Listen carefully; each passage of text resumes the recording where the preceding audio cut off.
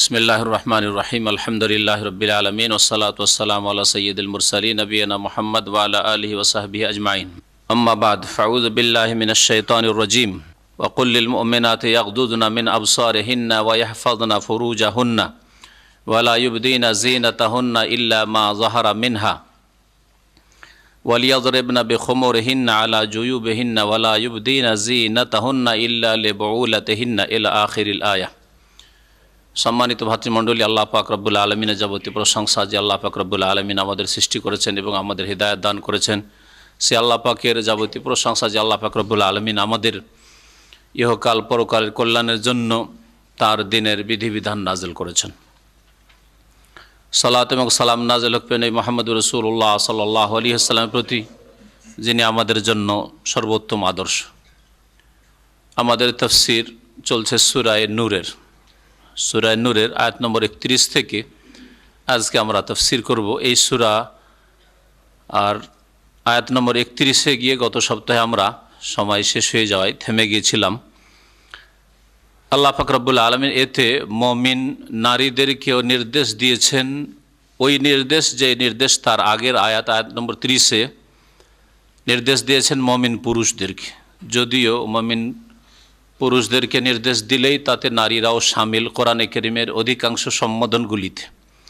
তারপরে বিশেষভাবে এই বিষয়গুলির গুরুত্ব দেখানোর উদ্দেশ্যে আল্লাহ পাক রব্বুল আলামিন খাস করে নারীদেরকে সম্বোধন করেছেন। এই আয়াতে আল্লাহ পাক ইরশাদ করেছেন, ওয়াকুল্লিল মুমিনাত, হে নবী মুহাম্মদ সাল্লাল্লাহু আলাইহি সাল্লাম, তুমি ঈমানদার নারীদেরকেও বলে দাও, ইয়াগযুযনা মিন আবসারিহিন্না, তারা যেন তাদের দৃষ্টিকে অবনমিত রাখে, দৃষ্টি নিচু রাখে, এদিক সেদিক না তাকায়, অসৎ উদ্দেশ্যে না তাকায়।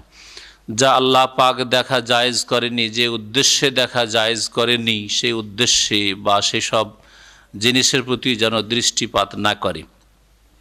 ওয়াহফাযনা ফুরুজাহুন্না, এবং তারা তাদের গুপ্তাঙ্গের যেন সুরক্ষা করে, হেফাজত করে। লজ্জা স্থানের হেফাজত সম্পর্কে বলেছিলাম যে একটি হচ্ছে ব্যভিচার থেকে বেঁচে থাকা, আর একটি হচ্ছে যে ব্যভিচারে যাওয়ার যেসব রাস্তা রয়েছে সেসব রাস্তা থেকেও নিজেকে বাঁচিয়ে রাখা। তার মধ্যে একটি হচ্ছে শরীরের কোনো অংশ খোলা রাখা, যাতে নিজেও ফিতনায় পড়ে কোনো মহিলা আর অন্য কোনো পুরুষকেও ফিতনায় লিপ্ত করে। ওয়ালা ইবদিনা যিনাতাহুন্না, আর তারা তাদের শোভা সৌন্দর্য যেন প্রকাশ না করে। ইল্লা মা যাহারা মিনহা, তবে যা নিজে থেকেই এমনিভাবেই প্রকাশ পেয়ে যায়। ইল্লা মা যাহারা মিনহা, তবে যা এমনিভাবেই প্রকাশ পেয়ে যায়, যা প্রকাশ করতে হয় না কিন্তু তা প্রকাশ হয়ে যায়। এ সম্পর্কেও গত সপ্তাহে বলেছিলাম, যেমন ওপরের যে কোনো কাপড় যেটা মহিলারা পরে থাকবে, এটা নিজে থেকে প্রকাশ পায়, যা ঢাকার কোনো উপায় নেই, যেটাই উপরে পরা হবে সেটা প্রকাশ পাবে, বোরকা হোক আর অন্য কিছু ঢিলা চাদরই হোক।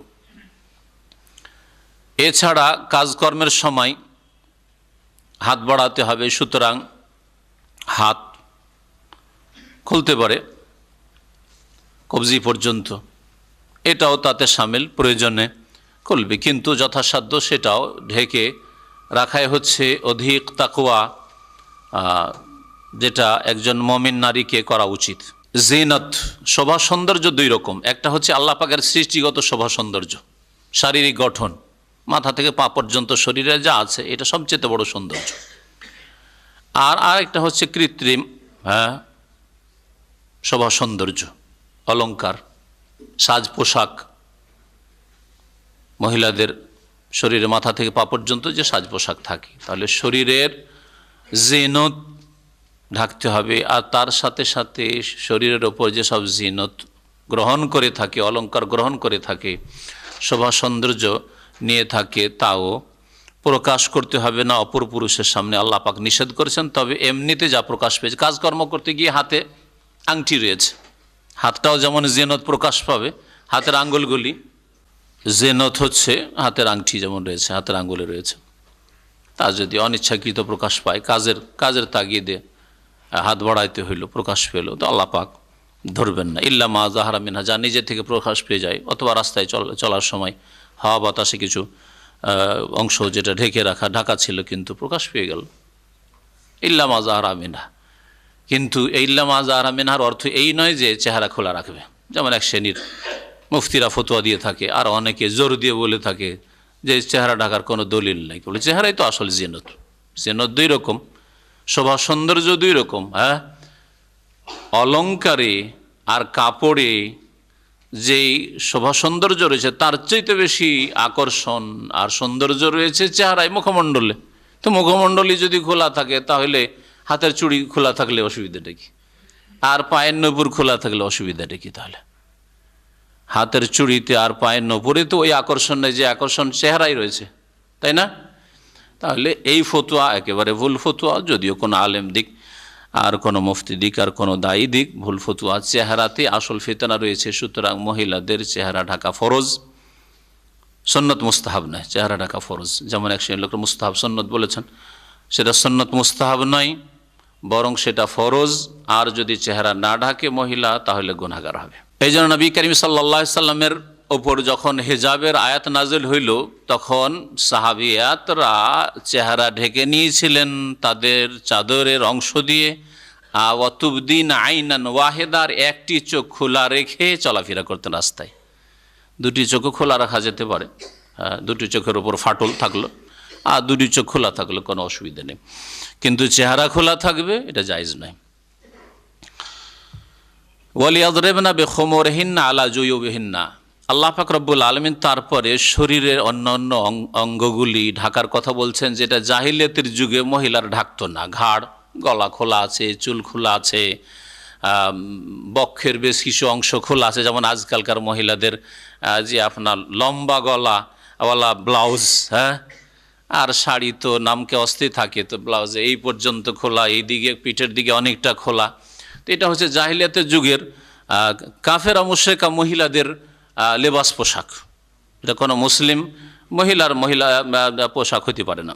আল্লাহ পাক রব্বুল আলামিন তাই বলছেন তারা যেন টেনে নেই। দারাবে আজরাবা মানে মারা, প্রসিদ্ধ অর্থ।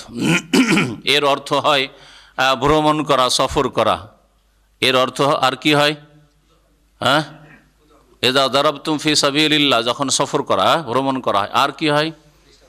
দারাবাল্লাহু মাসাল, আল্লাহ পাক উপমা দৃষ্টান্ত বর্ণনা করা হয়। হ্যাঁ, আর দারাবা মানে টেনে দেওয়া, ঝুলিয়ে দেওয়া হয়, এখানে এই অর্থ রয়েছে। ওয়ালিয়াযরিবনা বিখুমুরিহিন্না, খেমারের বহু বচন হচ্ছে খোমর। খেমার মানে হচ্ছে ওড়না। ওড়না যেটা মাথার ওপর থাকে, আর মাথার উপরে যে কাপড়টা থাকে সেটা আর শুধু আজকালকার পশ্চিমা স্কার্ফের মতো না, যে মাথার উপরে একটু ঢেকে রেখেছি আর এই দিয়ে পিছন দিকে চুল দেখা যাচ্ছে, ওই এইটার নামই হেজাব। চেহারা খোলা আর সব কিছু খোলা, হাত এখানে একটা হয়তো টি শার্ট পরে আছে, গেঞ্জি পরে আছে, সব খোলা, বলছে এটা হেজাব। এটা নাম হেজাব নয়, এর নাম হেজাব নয়। খেমার বহু বচন হচ্ছে খোমর, এমন কাপড় যেটা মাথার ওপর থাকে আর সেটাতে বক্ষ, ঘাড়, চুল সব কিছু ঢাকা থাকতে পারে। লম্বা মোটামুটি একটা চাদর যেটা দিয়ে ঢাকা থাকতে পারে, এ হচ্ছে ওড়না। জাহিলিয়াতের যুগের ওড়না যেটা ছিল, মাথার উপরে একটা কাপড় রেখে দিত আর কাপড়টা এই সামনে ঝুলিয়ে রেখে দিত, জড়াইতো না, গায়ের উপরে জড়াইতো না, সুতরাং ঘাড় ঢাকতো না, গলা ঢাকতো না, বক্ষের অনেক অংশই খোলা থাকতো, লম্বা টানা থাকতো, এর একটা হয়তো জামা নিচে যে পরে আছে এরকম থাকতো। তো আজকালকার মহিলারা বা যুবতীটাকে দেখা যায় মাথার উপরে দেয় না, ওড়নাটা গলায় ঝুলিয়ে নিল, হ্যাঁ, গামছা ঝুলানোর মতো, আর দুই দিকে লটকানো আছে। তো জাহিলিয়াতের যুগের মহিলাদের চাইতেও নিকৃষ্ট এদের স্বভাব, আর এদের অবস্থা জাহিলিয়াতের যুগের মহিলাদের চাইতেও খারাপ অবস্থা, তাদের চাইতেও বেহায়া। জাহিলিয়াতের যুগের মহিলারা কি করতো, তাফসীরের কিতাবেতে লিখেছে, আয়াতের তাফসীরে, তারা মাথার ওপর কাপড়টা রেখে দিত আর এই লম্বা ঝোলা থাকতো। আর এরা মহিলারা কি করে, আজকালকার যুবতীরা ঘাড়ের মাথার উপর রাখে না, হ্যাঁ, ওদিক খোলা, গলার ওপর রেখে দিল, ঘাড়ের উপর এখানে রেখে দিল আর দুই দিকে ঝুলিয়ে দিল। এগুলি হচ্ছে কাফের আর জাহিলিয়াতের যুগের মুশরিকা, বেহায়া, বেপর্দা আর নারীদের অনুকরণ। রাসূলুল্লাহ সাল্লাল্লাহু আলাইহি সাল্লামের সাহাবিয়াত, মুমিন মুমিনাত, সতীসাধ্যী রমণীদের অনুকরণ নয়, যাতে হেদায়েত রয়েছে আর যাতে জান্নাত রয়েছে। আল্লাহ পাক বলছেন তাদের ওড়নাগুলিকে যেন তারা টেনে দেই বা টেনে নেই, আলা জুয়ুবহিন্না, তাদের বক্ষ দেশের ওপর। জৈবনের বহু বচনে জুয়ুব, এর আগে এই জাইবের বা জয়ুবের আমি তাফসীর করেছিলাম যখন মুসা আলাইহিস সালাম মুজিজার কথা এসছে। জাইব কোনটাকে বলা হয়? বলা হয় বুকের উপরে যে ফাটলটা আছে আপনার জামার, এই যে ফাটলটা, হ্যাঁ, এটাকে আল্লাহ বলছে ওয়াদখিল ইয়াদাকা ফি জাইবিকা, মুসা আলাইহিস সালাম আল্লাহ বলছেন যে তুমি তোমার হাতটাকে তোমার বুকের উপর যে বগল, তো ওটা ভাব অর্থ, বুকের উপর যে ফাটলটা রয়েছে সেখান দিয়ে ঢুকাও, বগলে হাতটা ঢুকাও, তারপরে বের করো। তো জাইব বলা হয় এই ফাটলটাকে। আর পকেটকে জাইব আরবি ভাষায় বলা হয় এই জন্য যে পকেটে ফাটল থাকে, আছে না ফাটল, সেই জন্য জাইব বলা হয়, জিব। ওইটাকে জাইবটাকে আমাদের দেশের লোকেরা বিকৃত করে, উর্দু ভাষীরা জিব, অনেকে জিব বলে। তো আল্লাহ পাক রব্বুল আলামিন কি বলছেন যে মহিলারা যেন তাদের ওড়নাগুলিকে টেনে দেই তাদের বুকের ওপর। জাইব বলে বক্ষ এবং ঘাড়কে উদ্দেশ্য করা হয়েছে, কারণ সামনে জামা রয়েছে, জামার ফাটল থাকতে পারে, আর তা দিয়ে ওইভাবে পর্দা হবে না যেভাবে একটা ওড়না দিয়ে মাথার ওপর থেকে সেটা যদি বুকের উপর জড়িয়ে নেওয়া যায় পর্দা হবে। সেজন্য আল্লাহ পাক রব্বুল আলামিন তাহলে মহিলার একটা জামা পরবে, সে সালোয়ার কামিজের জামাই হোক আর ম্যাক্সি হোক আর যে কোনো আকারে হোক জামা পরবে, কামিজ পরবে, আর কামিজের সাথে তার উপরে মাথার ওপর থেকে একটা ওড়না থাকবে যেটা ঘাড় আর বুক গলা এগুলি ঢেকে নেবে, তা দিয়ে আল্লাহ পাক বলছেন। ওয়ালা ইউবদিনা যিনাতাহুন্না, আল্লাহ পাক বলছেন তাদের শোভা সৌন্দর্য তারা প্রকাশ করবে না, ইল্লা লিবুলাতিহিন্না, তবে কয়েকজন পুরুষ রয়েছে তাদের সামনে তাদের শোভা সৌন্দর্য প্রকাশ করতে পারবে। আল্লাহ পাক তাদের কথা উল্লেখ করে দিয়েছেন। এই যেই সব পুরুষদের কথা আল্লাহ পাক উল্লেখ করেছেন এরা হচ্ছে মাহরাম, আর এদের সামনে শোভা সৌন্দর্য প্রকাশ করতে পারবে, আর এছাড়া অন্যান্য কোনো লোকের সামনে শোভা সৌন্দর্য জিনত প্রকাশ করতে পারবে না। এ আয়াতে শুনেন কার কার সামনে? একজন মহিলা, আপনার স্ত্রী, আপনার বোন, সাবালিকা বোন, আপনার মা, খালা, তাদের জিনত মানে শরীরে যেসব অংশ সাধারণত খোলা রাখা যেতে পারে, বাপের সামনে, ভাইয়ের সামনে, ওই সবগুলি খুলতে পারে, একমাত্র স্বামী ছাড়া। স্বামীর ক্ষেত্রে শুধু ব্যতিক্রম যে শরীরের যে কোনো অঙ্গ স্বামী থেকে গোপন রাখার কোনো শরীয়তি বিধান নেই, যে কোনো অঙ্গ প্রকাশ করতে পারে।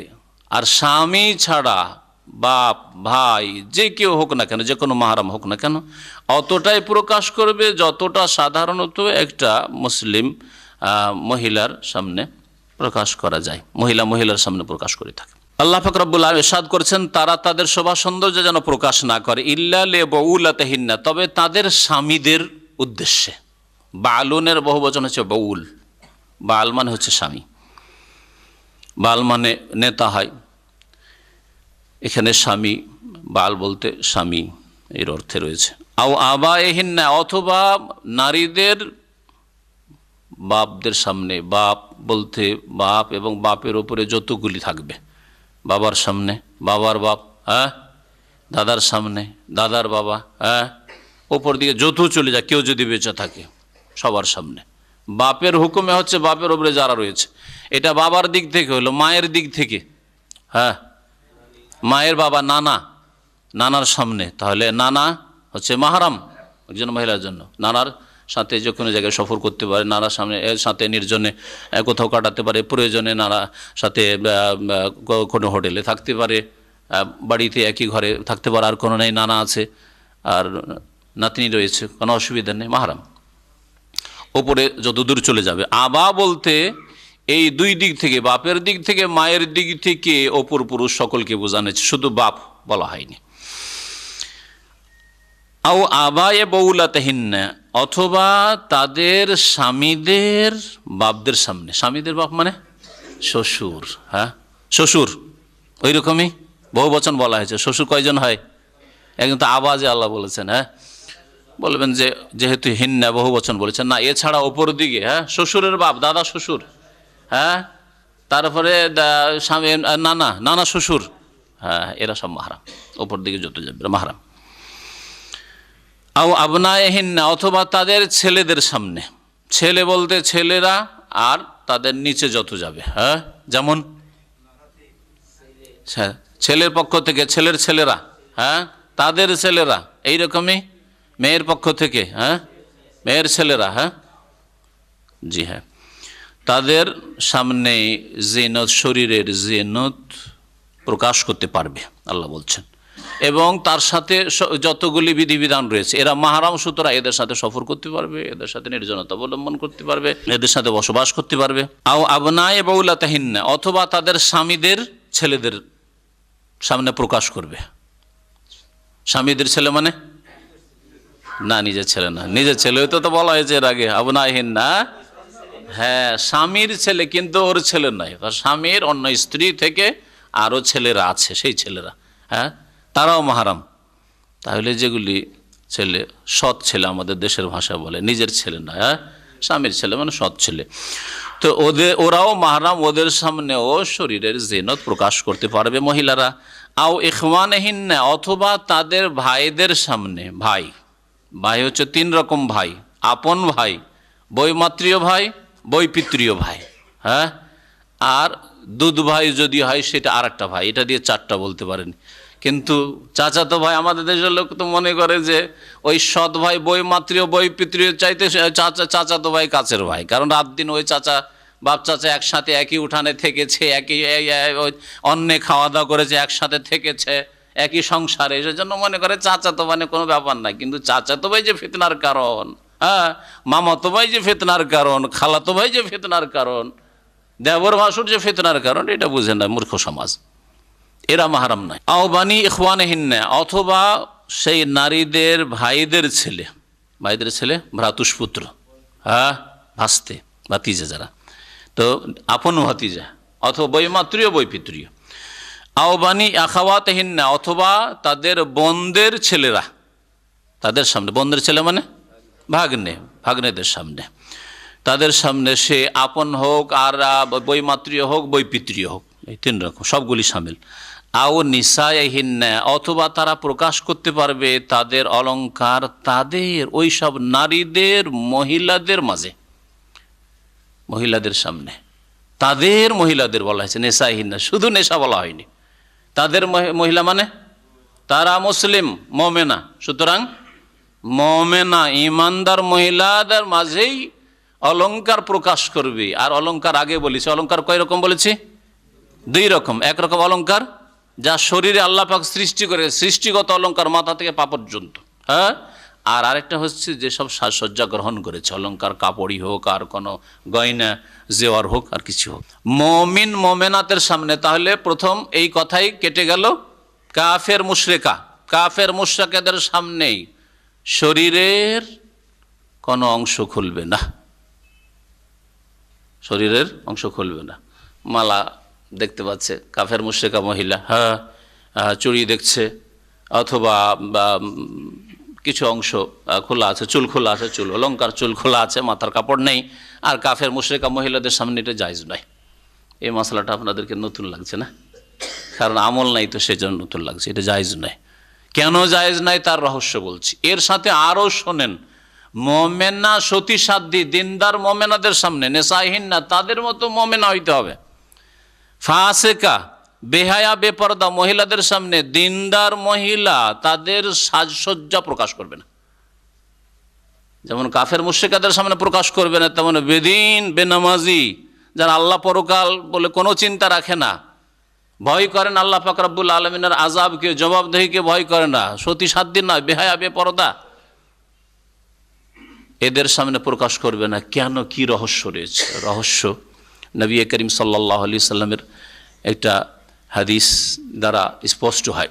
কিছু হিজড়া লোকেরা ছিল মদিনায়, যারা মহিলাদের সামনে আসতো, আর সাহাবাই কেরাম বুঝতেন, রাসূলুল্লাহ সাল্লাল্লাহু আলাইহি ওয়াসাল্লাম মনে করতেন যে হিজড়া লোক যদি মহিলাদের সামনে আসে তো অসুবিধাটা কি, এদের মধ্যে তো যৌন কামনা বাসনা কিছু নেই। কিন্তু এরা ওই রকম মহিলাদের দেখে যেত। তারপর বলছে, আরে ওই গাইলানের মেয়েরা আছে না, বানাতো গাইলান, গাইলান নামক এক ব্যক্তি, ওর মেয়েরা আছে এত মোটা মোটা যে তুক বেরোবে আর বাইন তুত বেরোবে সামান। যখন হাঁটে তো সামনের দিকে 4টা বাট পড়ে আর পিছন দিকে 8টা বাট পড়ে, 4টা করে। এগুলো জড়ো হয় না মোটা মোটা মানুষের, হ্যাঁ সামনের দিকে পেট জড়ো হয়, দুটো 4টা, 2টো বাট এইখানে বাট, বুঝেন তো, মানে এই যে হ্যাঁ ভাঁজ, আর পেছন দিকে 4টা করে 8টা। এই কথাটা শুনতে পেরে রাসূলুল্লাহ সাল্লাল্লাহু আলাইহি ওয়াসাল্লাম, আরে ওই হিজড়া লোকগুলি এই ধরনের কথাবার্তা বলছে মহিলাদের সম্পর্কে, তার মানে তাদের মহিলাদের গঠন সম্পর্কে আলাপ আলোচনা হয়। সেই রকম যৌন কামনা না থাকলে এইরকম হয়, তাহলে অন্য জায়গায় প্রকাশ করছে, আরে অমুক অমুক হাজি সাহেবের মেয়েকে দেখলাম, আর অমুক অমুক লোকের ওই যে মুসলি ওর মেয়েকে দেখলাম এইরকম দেখতে, তার পেটে এরকম, পিঠ এরকম, চুলগুলি এরকম লম্বা, নাকটা চ্যাপটা, দেখতে ভালো না বা ভালো, বয়ান করতে পারে। কে বয়ান করবে? কাফের মুশরিকা মহিলা কে বয়ান করবে ওর স্বামীর কাছে, আরে অমুককে দেখলাম, অমুক মৌলভী সাহেবের বাড়ি গেছিলাম, হুজুরের বাড়ি গেছিলাম, আর যাওয়ার পর দেখলাম ওর স্ত্রীটা খুবই সুন্দরী, ওর স্ত্রীটাকে দেখলাম এরকম চুলগুলি এরকম লম্বা। কাফের পুরুষ জানতে পারলো, কারণ ওই মহিলা ভয় করেন আল্লাহ পরকাল বলে, বয়ান করে বেড়াবে।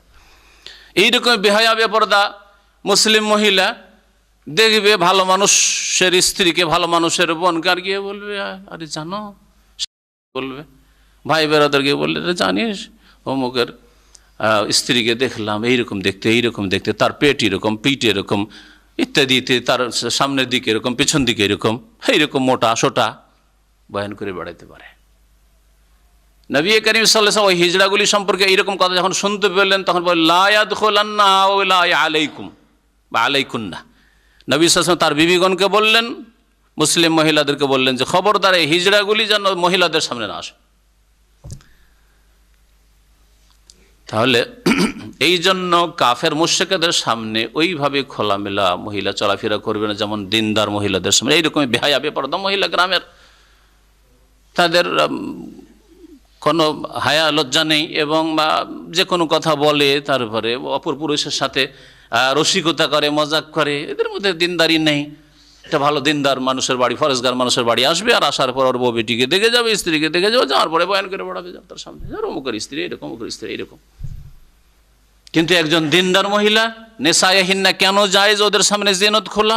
আল্লাহকে ভয় করে, পরকাল সম্পর্কে চিন্তাশীল আছে। কারো মেয়েকে যদি দেখেও থাকে, কারো স্ত্রীকে দেখেও থাকে, আর কোনো রকম যদি তাতে তার কোনো ভালো মন্দ কিছু দেখে থাকে, কখনো বর্ণনা করবে না স্বামীর সামনে গিয়ে, আর কখনো বর্ণনা করবে না কোনো পুরুষের সামনে গিয়ে, কখনো বর্ণনা করবে না, কারণ তাকে জবাব দিতে হবে সম্পর্কে। নবী করিম সাল্লাল্লাহু আলাইহি সাল্লাম একটি হাদিসে বলেছেন, লা তুবাশিরুল মারআতুল মারআতাক, এক মহিলা আর এক মহিলার সাথে যেমন এমনভাবে মিশে না যায়, এমনভাবে মিশে না যায় যে খোলামেলা চলাফেরা করে। ফাতান আতুহা লিজাওজিহা, আর তারপরে দেখলো যে তার সামনে পিছনে গঠন দেখতে কেমন, চুল কেমন, চেহারা কেমন, নাক মুখ ইত্যাদি দেখলো, দেখার পরে গিয়ে ফাতান আতুহা লিজাওজিহা, এ মহিলা গিয়ে তার স্বামীকে বয়ান করছে, অমুক অমুকের স্ত্রী কথা বলে তো এইরকম গলা মোটা, অমুকের স্ত্রী দেখতে এইরকম, কান্নাহু ইয়ানজুরু ইলাইহা, ওই স্বামী যদি তার স্ত্রীর কাছ থেকে শোনে যে অমুকের স্ত্রী এইরকম এইরকম এইরকম, তাহলে যেন সে ওই মহিলাকে দেখে ফেললো, দেখার গুনাহ করল। এই সতর্কতার উদ্দেশ্যে কাফের মুশরিক যারা আল্লাহ পরকালে বিশ্বাসী নয়, আর এইরকম বেহায়া বেপরদা মুসলিম সমাজের মহিলা যারা আল্লাহকে ভয় করে না, পরকাল সম্পর্কে চিন্তা নেই, তাদের সামনে দিনদার পরহেজগার ইমানদার মহিলাদের খোলামেলা চলাফেরা করা, জিনত খোলা জায়েজ নয়। আও নেশায়াহিন্না, এই জন্য আল্লাহ বলেছেন, আও মা মালাকাত আইমানুহুন্না, অথবা ওইসব লোকদের সামনে জিনত প্রকাশ করতে পারবে যারা তাদের অধিকারভুক্ত দাসী। দাসী একদল বলেছেন যে দুই রকম, যদি দাসও হয় দাসের সামনে পর্দা নেই, যেমন আবু দাউদের একটি হাদিস এই মর্মে প্রমাণ করে।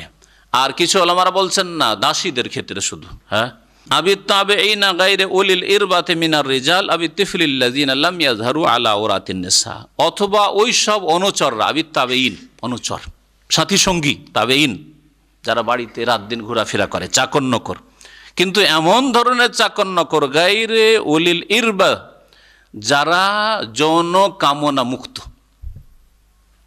মিনার রিজাল পুরুষ কিন্তু যৌন কামনা মুক্ত। কেউ বলেছেন এরা হিজড়া যারা পুরো, কেউ বলেছে এরা যারা পাগল টাইপের, তাদের যৌন চাহিদা নেই, হয়তো তাদের শুধু দুটো পেটে খেতে পেলে হয়, নির্বোধ ইত্যাদি। যদি এই ধরনের কোনো পুরুষ সম্পর্কে জানা যায় যে এদের মধ্যে যৌন চাহিদা নেই, যৌন কামনা মুক্ত মানুষ, তাহলে তাদের সামনে মহিলারা নিজের অলংকার বা শরীরের কিছু অংশ প্রকাশ করতে পারবে যা মাহরামদের সামনে প্রকাশ করা জায়েজ। আও ইত্তিফিলিল্লাযিনা লাম ইয়াহজারহু আলা আওরাতিন নিসা, অথবা ওই সব ছেলেরা, শিশুরা, তিফল শিশু, ওই সব শিশুরা আল্লাযিনা লাম ইয়াযহারু আলা আওরাতিন নিসা, যারা নারীদের গুপ্তাঙ্গ সম্পর্কে অজ্ঞ, কিছু জানে না। লাম ইয়াযহারু মানে লাম ইয়ালামু, জানে না। এমন নাবালক শিশুরা, ছেলেরা যারা নারীদের গুপ্তাঙ্গ সম্পর্কে খোঁজ খবর রাখে না, ওরা জানে না যে নারীদের কাছে কি আছে, পুরুষদের কাছে কি আছে, আর আর স্বামী স্ত্রীতে কি হয়, এসব কিচ্ছু জানে না। এগুলি কোন ধরনের ছেলে তাহলে? যারা নাবালক, 4, 5, 6, 7, 8, খুব বেশি 10 বছর পর্যন্ত বলা যেতে পারে। হ্যাঁ হ্যাঁ। আর আজকালকার জামানাতে ইঁচুড়ে পাকা, আজকালকার জামানার ছেলে হচ্ছে ইঁচুড়ে পাকা, ওয়াকাল পক্ক। হ্যাঁ, ওয়াকালে পাকে। আমরা 12 বছর 14 বছরে কিছু জানতাম না। যখন আমার মনে হচ্ছে যে কোদরি যখন পড়ি, তিসরি জামাতে পড়ি, কোদরি পড়ি আর বলগল মারাম, এইদিকে মাসলা আসে, বাবুল হাইজ আর নেফাস আর ইস্তেহাজা, আমি তো কিছুই বুঝি না, শুধু তাকাই, ওস্তাদ তাকাই কি বলছে। আর ছাত্র, বড় বড় সব ছাত্র, আমি সবচেয়ে ছোট তাদের মধ্যে, ওদের তাকায়। কারণ আগের যুগে ওই সাবালকে পড়ার জন্য আসতো। বাড়িতে বাপের খেটেছে, খাটার পরে পালিয়ে এসছে অনেকে, যে পড়বো, পালিয়ে এসে পড়ে। ওই যুবক এসে ওরা খুব বুঝে। তারপরে হেতেলাম, স্বপ্ন দোষ, কিছুই বুঝি না। আরে কি এগুলো? একবার একটা ছেলেকে জিজ্ঞেস করছে আমার সাথী, যে হেতেলাম মানে কি? বলছে আরে স্বপ্ন রে স্বপ্ন। স্বপ্ন রে স্বপ্ন। বলছি কোন বা স্বপ্ন? স্বপ্ন তো আমিও দেখি, স্বপ্ন বুঝি না। তো ওই রকমই ঘটনা, যেমন একটা ঘটনা আছে মাদ্রাসা, দুটো ভাই পড়তো, ওরা নাবালক ছেলে, আর সব দেখে যুবক সাবালক ছেলেগুলি গোসল করে ভোর রাতে উঠে ফজরের আগে। তো জিজ্ঞেস করেছি কি ব্যাপার, তোমরা এইরকম গোসল কেন করো রাত্রে? গোসল কেন করো রাত্রে? তো আরে আমরা স্বপ্ন দেখি। ছোট ছেলে কি বুঝাইবে? বলছে স্বপ্ন দেখেছি, সেই জন্য গোসল। একদিন ওই ছোট বাচ্চারা স্বপ্ন দেখে যে আমাদের বকরির বাচ্চা হয়েছে, আর গোসল করা শুরু করেছে। গোসল করা শুরু করেছে। এই ছিল আমাদের অবস্থা সেই যুগে। যে আমি যখন কদরি পড়ি 13 অথবা 14 বছর বয়স, 13 বছর বয়স সম্ভবত, তারপরে বুঝি না। কিন্তু আজকালকার যুগে সুবহানাল্লাহ, তা যেসব ছেলেরা বুঝতে শিখে নিয়েছে না, ওদেরকে মহিলাদের মজলিসে যেতে দেবেন না, মহিলারা বসে আছে ওখানে যেতে দেবেন না, মহিলা খোলামেলা গল্প করছে। আজকাল কিন্তু এটা এই নাজাইজ কাজ হচ্ছে। 14 বছর, 15 বছর, 16 বছরের ছেলে মায়ের কাছে গেছে, পার্টিতে গেছে, মায়ের কাছে ঢুকে পড়েছে, অথচ সাবালক, বুঝছে সব কিছু। আর ওখানে গিয়ে হয়তো আরো মেয়েদেরকে দেখছে, অনেকে বসে আছে হয়তো দেখছে, কোনোটা দেখে সে কৃষ্ট হচ্ছে, দেখতে তাকে ভালো লাগছে। কারণ এখন যুবক হতে যাচ্ছে বা হচ্ছে, ওকে ভালো লাগছে, মজা লাগছে দেখতে, ওই দিকে বসে থাকিব। ও বাহানা হচ্ছে আমি মায়ের কাছে বসবো, কিন্তু আসলে মায়ের কাছে বসা না, আসলে কলা বিক্রি করা উদ্দেশ্য না, ও মেলা দেখা উদ্দেশ্য আসলে। জি হ্যাঁ, এই জন্য সাবধান, বাপেরা সাবধান, মায়েরা সাবধান। ছেলে 10 বছরের হয়ে গেছে, কোনো বাড়িতে দাওয়াত খেতে গেছেন, পার্টিতে গিয়েছেন, মহিলাদের দিকে যেতে দেবেন না। যা তুই ওইদিকে বস, পুরুষদের বৈঠকে বস, পুরুষদের মজলিসে গিয়ে বস। এটা হচ্ছে শরীয়তি বিধান। আপনাকে এ সম্পর্কে জিজ্ঞাসা করা হবে যে আপনার ছেলে মেয়েকে আপনি এভাবে তরিবাত রাখছেন কিনা। ওই রকমই মেয়ে আপনার সাবালিকা, 10 বছরে আপনার মেয়ের মাসিক হয়ে গেছে, আর ওই মেয়েকে 10 বছরের মেয়ে, আর ওই ছেলেদের মধ্যে মজলিসে আপনি যেতে দিচ্ছেন না, কখনো যেতে দেবেন না। এইভাবে অবৈধ সম্পর্ক খুব বেশি হচ্ছে আজকাল। এই পার্টিগুলি দাওয়াতে, বৃহস্পতিবারে শুক্রবারের দিনে দাওয়াতে গিয়ে এই প্রবাসী যে ফ্যামিলিগুলি আছে তাদের মধ্যে অবৈধ সম্পর্ক হচ্ছে, অনেকগুলি রিপোর্ট আমাদের কাছে আছে। আল্লাহ পাক রব্বুল আলামিন তাই বলছেন যে আও ইত্তিফিলিল্লাযিনা লাম ইয়াযহারু আলা আওরাতিন নিসা, অথবা ওই সব শিশুরা যারা এখনো নারীদের গুপ্তাঙ্গ, আওরা গুপ্তাঙ্গ, নারীদের গুপ্তাঙ্গ সম্পর্কে জানে না, অজ্ঞ, লাম ইয়াযহারু, জানে না। ওয়ালা ইয়াযরিবনা বিআরজুলিহিন্না লিয়ু'লামা মা ইউখফিনা মিন জিনাতিহিন্না, আর তারা নারীরা যেন তাদের পা এমনভাবে মাটিতে আঘাত না করে, তারা পদচারণা এমনভাবে না করে যে লিয়ু'লামা মা ইউখফিনা মিন জিনাতিহিন্না, যাতে করে জানা যায়, প্রকাশ পেয়ে যায় যা কিছু তাদের শোভা সৌন্দর্য অলংকার লুকায়িত রয়েছে, গোপনে রয়েছে। অর্থাৎ পায়ে হয়তো নূপুর পরে আছে, আর কি পরে পায়ে, আর কিছু, হ্যাঁ ঝুমুর, হ্যাঁ যাই বলেন, পায়ে পায়ে যে অলংকার পরে আছে সেটা হয়তো কাপড়ে ঢাকা আছে, বুঝতে পারেন। কিছু মহিলা আছে অলংকার দেখাতে চায় যে আমার স্বামী দিয়েছে, তুই কি জানিস আমার কাছে এইটা আছে ওইটা আছে, হ্যাঁ, অথবা আমার বাপ মা পয়সাওয়ালা দিয়েছে, সব প্রকাশ করতে চায়। যার ফলে ও তো কাপড়ে ঢাকা থাকলে তো দেখতে পাবে না। এক মহিলার কথা শুনতাম, যে মহিলা মাদ্রাসায় পড়াইতো, কিন্তু ও মালা অলংকারটাকে ওই তার কামিজের উপরে বাইরে এইখানে করে রাখে, যাতে করে সবাই দেখে যে হ্যাঁ আছে আমার কাছে, হ্যাঁ স্বর্ণের এই আছে, মালা আছে।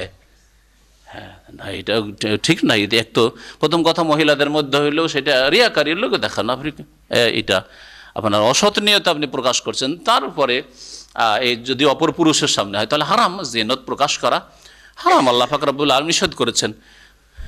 পায়ে নুপুর পরে আছে, দেখতে তো কেউ পাচ্ছে না, রাস্তা দিয়ে চলছে আর জোরে জোরে আঘাত করে চলছে, যাতে বুঝতে ঝনঝন করে বাজছে, যাতে বুঝতে পারে যে হ্যাঁ কিছু মহিলা পরে আছে পায়ে।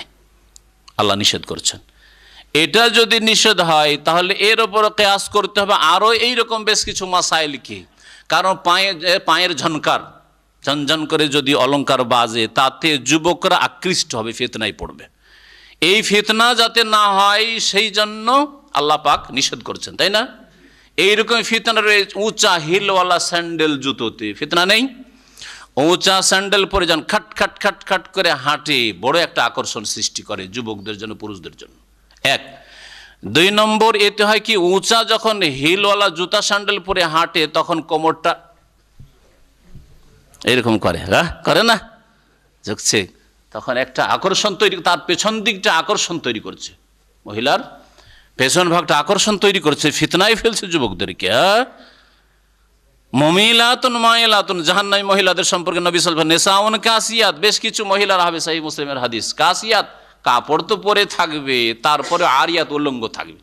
কাপড় পরিধান করে উলঙ্গ মানে শরীরে অনেক অংশ খোলা রাখে, আর না হলে এমন টাইট ফিট কাপড় পরে যে কাপড় পরা না পরার সময় দেখা যায়, এমন পাতলা কাপড় পরে, পাতলা শাড়ি আর পাতলা ব্লাউজ, যে একটু ঘামলে অথবা ওই গোসল করে আসছে। আরে আমাদের দেশের মহিলাদের আল্লাহ পাক হেফাজতকারী সব মহিলাদের, নদী থেকে গোসল করে আসে, পুকুর থেকে গোসল করে আসছে, আর কাপড় ভিজে গিয়ে শাড়ি আর ওই ব্লাউজ সব গায়ে লেগে গেছে, সব দেখা যাচ্ছে। আউযুবিল্লাহ, না এরকম করে না? বাড়িয়ে বলছি কি? তাহলে চিন্তা করেন দেখি, মহিলাদের জন্য এটা জায়েজ যে গোসল করে আসবে নদী থেকে আর পুকুর থেকে গোসল করে আসবে রাস্তা দিয়ে হেঁটে? এইরকমই মহিলাদের কারণে যুবকরা ফিতনায় লিপ্ত হয়। হাদিসটা পুরা করি। নবী সাল্লাল্লাহু আলাইহি ওয়াসাল্লাম বলছেন যে কিছু মহিলারা আছে কাসিয়াত, কাপড় পরে উলঙ্গ থাকবে, মুমিলাতুন মাইলাত, হ্যাঁ, তারা অন্যকে আকৃষ্ট করবে, যুবকদেরকে আকৃষ্ট করবে আর নিজেরও আকৃষ্ট হবে অন্যের দিকে, অন্যদিকে ঝুঁকে পড়বে। রউসুহুন্না কাসনামাতিল বুখত আল মাইলাত, তাদের মাথার খোপা হবে বখতি উটের চূড়ার মতো, যেমন আমাদের ষাঁড়ের চূড়া, হ্যাঁ, ষাঁড় যখন হাঁটতে থাকে তখন হ্যাঁ দোলায়, ওই রকমই তাদের মাথার খোপা উঁচা করে বেঁধে থাকবে। এটা জায়েজ না, এতে আকর্ষণ রয়েছে। মাথার চূড়া দেখলে যুবকদের আকর্ষণ সৃষ্টি হয়, আরে আছে রে, মহিলার চুল বড় আছে, না হলে দেখ খোপা কত সুন্দর, ওতে একটা আকর্ষণ আছে, জিনত। লা ইয়াদখুলনাল জান্নাহ, নবী সাল্লাল্লাহু আলাইহি ওয়াসাল্লাম এইরকম মহিলা যারা অন্যকে আকৃষ্ট করে আর অন্যের দিকে, যুবকদের দিকে আকৃষ্ট হয়, ফিতনায় পড়ে আর ফিতনায় ফেলে, এইসব মহিলারা জান্নাতে যাবে না, নবী সাল্লাল্লাহু আলাইহি ওয়াসাল্লাম বলছেন। ওয়ালা ইয়াজিদনা রিহাহা, আর জান্নাতের সুগন্ধিও পাবে না। ওয়া ইন্না রিহাহা লা তুজাদু মিন মাসিরাতি কাযা ওয়া কাযা, অথচ জান্নাতের সুগন্ধি এত দূর থেকে পাওয়া যায়। কত দূর থেকে? হ্যাঁ, 40 বছরের দূরত্ব থেকে পাওয়া যায়। এরা জান্নাতের সুগন্ধি পর্যন্ত পাবে না। মহিলারা ফিতনায় ফেলে আর একটি কাজ দিয়ে, যেটা তাদের জিনত প্রকাশ করা, সেটা হচ্ছে সুগন্ধি, আতর সেন্ট মেরে কাপড়িয়ার গায়ে, আর তারপরে বাজার করতে বেরিয়ে গেল, তারপরে রাস্তাঘাটে বেরিয়ে গেল, স্বামীর সাথে হোক বা অন্য কারোর সাথে, যেভাবে হোক না কেন বেরিয়ে গেল। আজকাল অধিকাংশ মহিলারা বাজারে যে চলাফেরা করে, সুবহানাল্লাহ, পাশ দিয়ে গেলে নিজের সুগন্ধি পায় না কখনো আতর লাগাইলে, কিন্তু পাশ দিয়ে গেলে একেবারে বড় ফিতনা, আল্লাহ হেফাজত করে। আর অধিকাংশ মহিলারা যারা চাকরি করে, তারা তাদের পয়সা দিয়ে ভরণ পোষণের কাজ করে না। হ্যাঁ, যে বাপ মাকে দিচ্ছে, যে বাপ মা মানুষ করেছে, অথবা ছেলে মেয়েদের উপর খরচ করছে, কিছুটা হয়তো ছেলে মেয়েদের উপর করে, বাপ মাকে তেমন দেয় না, কারণ বিবাহ হয়ে গেলে মনে করে যে আমাদের আবার দায়িত্ব কি। তো চাকরি করে কি করে, এই টাকা পয়সা তাদের এই সব কাজে খরচ করে, মানে সাজসজ্জায়, দামি দামি সেন্ট দামি দামি লেবাস পোশাক কাপড় চোপড়, আর জোড়ার শেষ নাই। কত সেট যে শাড়ি রয়েছে, কত সেট যে তার সালোয়ার কামিজ রয়েছে, সে নিজেই বলতে পারবে না। এসব কাজে খরচ করে। এই জন্য মহিলাদের চাকরি দিয়ে অর্থনৈতিক সমস্যার সমাধান হবে, এটা মিথ্যা কথা। সরকারগুলো আজকাল বলছে যে মহিলাদেরকেও চাকরি দেবো, হ্যাঁ, আর্থিক সমস্যার সমাধান। আর্থিক সমস্যার সমাধান মানে একটা পরিবার চলার মতো হবে। পরিবার চলার মতো কখন হবে? যখন পরিবারে পুরুষরা চাকরি করবে। কারণ পুরুষের টাকা দিয়ে সবাইকে সবার উপরে খরচ করতে হবে। কিন্তু প্রথম কথা, শরীয়তে মহিলা যদি চাকরি করে ইনকাম করে নিয়ে আসে, তাহলে ছেলে মেয়ে মানুষ করার দায়িত্ব তার নেই।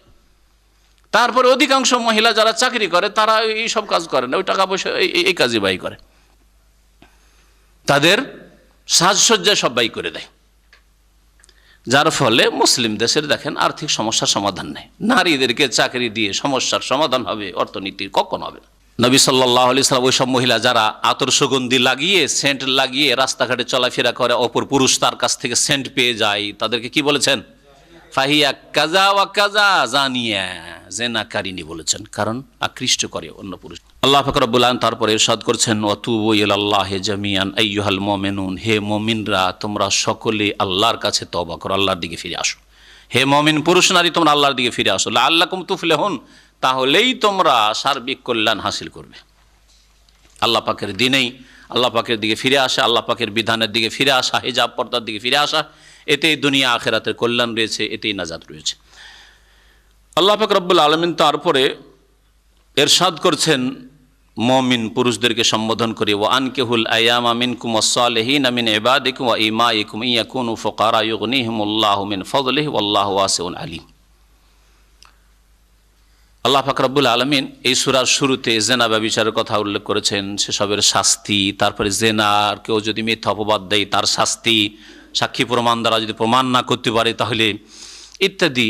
তারপরে জেনার রাস্তা বন্ধ করার উপায় বেশ কিছু উল্লেখ করেছেন।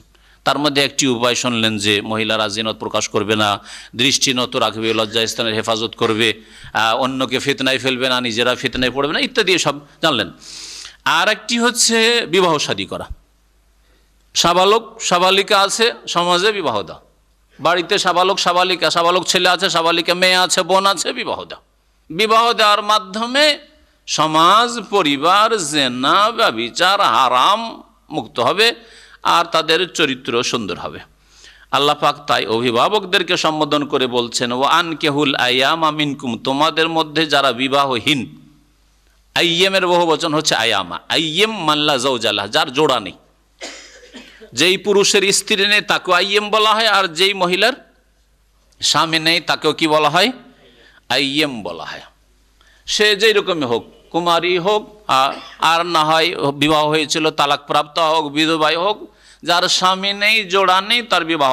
বিশেষ করে মহিলাদের ক্ষেত্রে। পুরুষদের ক্ষেত্রে তো নিজে আয় উপার্জন করে যুবকরা, ছেলেরা বিবাহ করে নিতে পারে, আর পুরুষের জন্য অভিভাবকও লাগে না। হ্যাঁ, অভাবী যদি হয়, ছেলে অভাবী, ভাই অভাবী, বা মুসলিম সমাজের যুবকরা অভাবী হয়ে রয়েছে, তাহলে মুসলিম সমাজের যারা বিত্তবান মানুষ, সচ্ছল মানুষ, তারা সাহায্য সহযোগিতা করবে, দান খায়রাত করবে এবং বিবাহের রাস্তাকে সহজ করে দিবে সব দিক থেকে।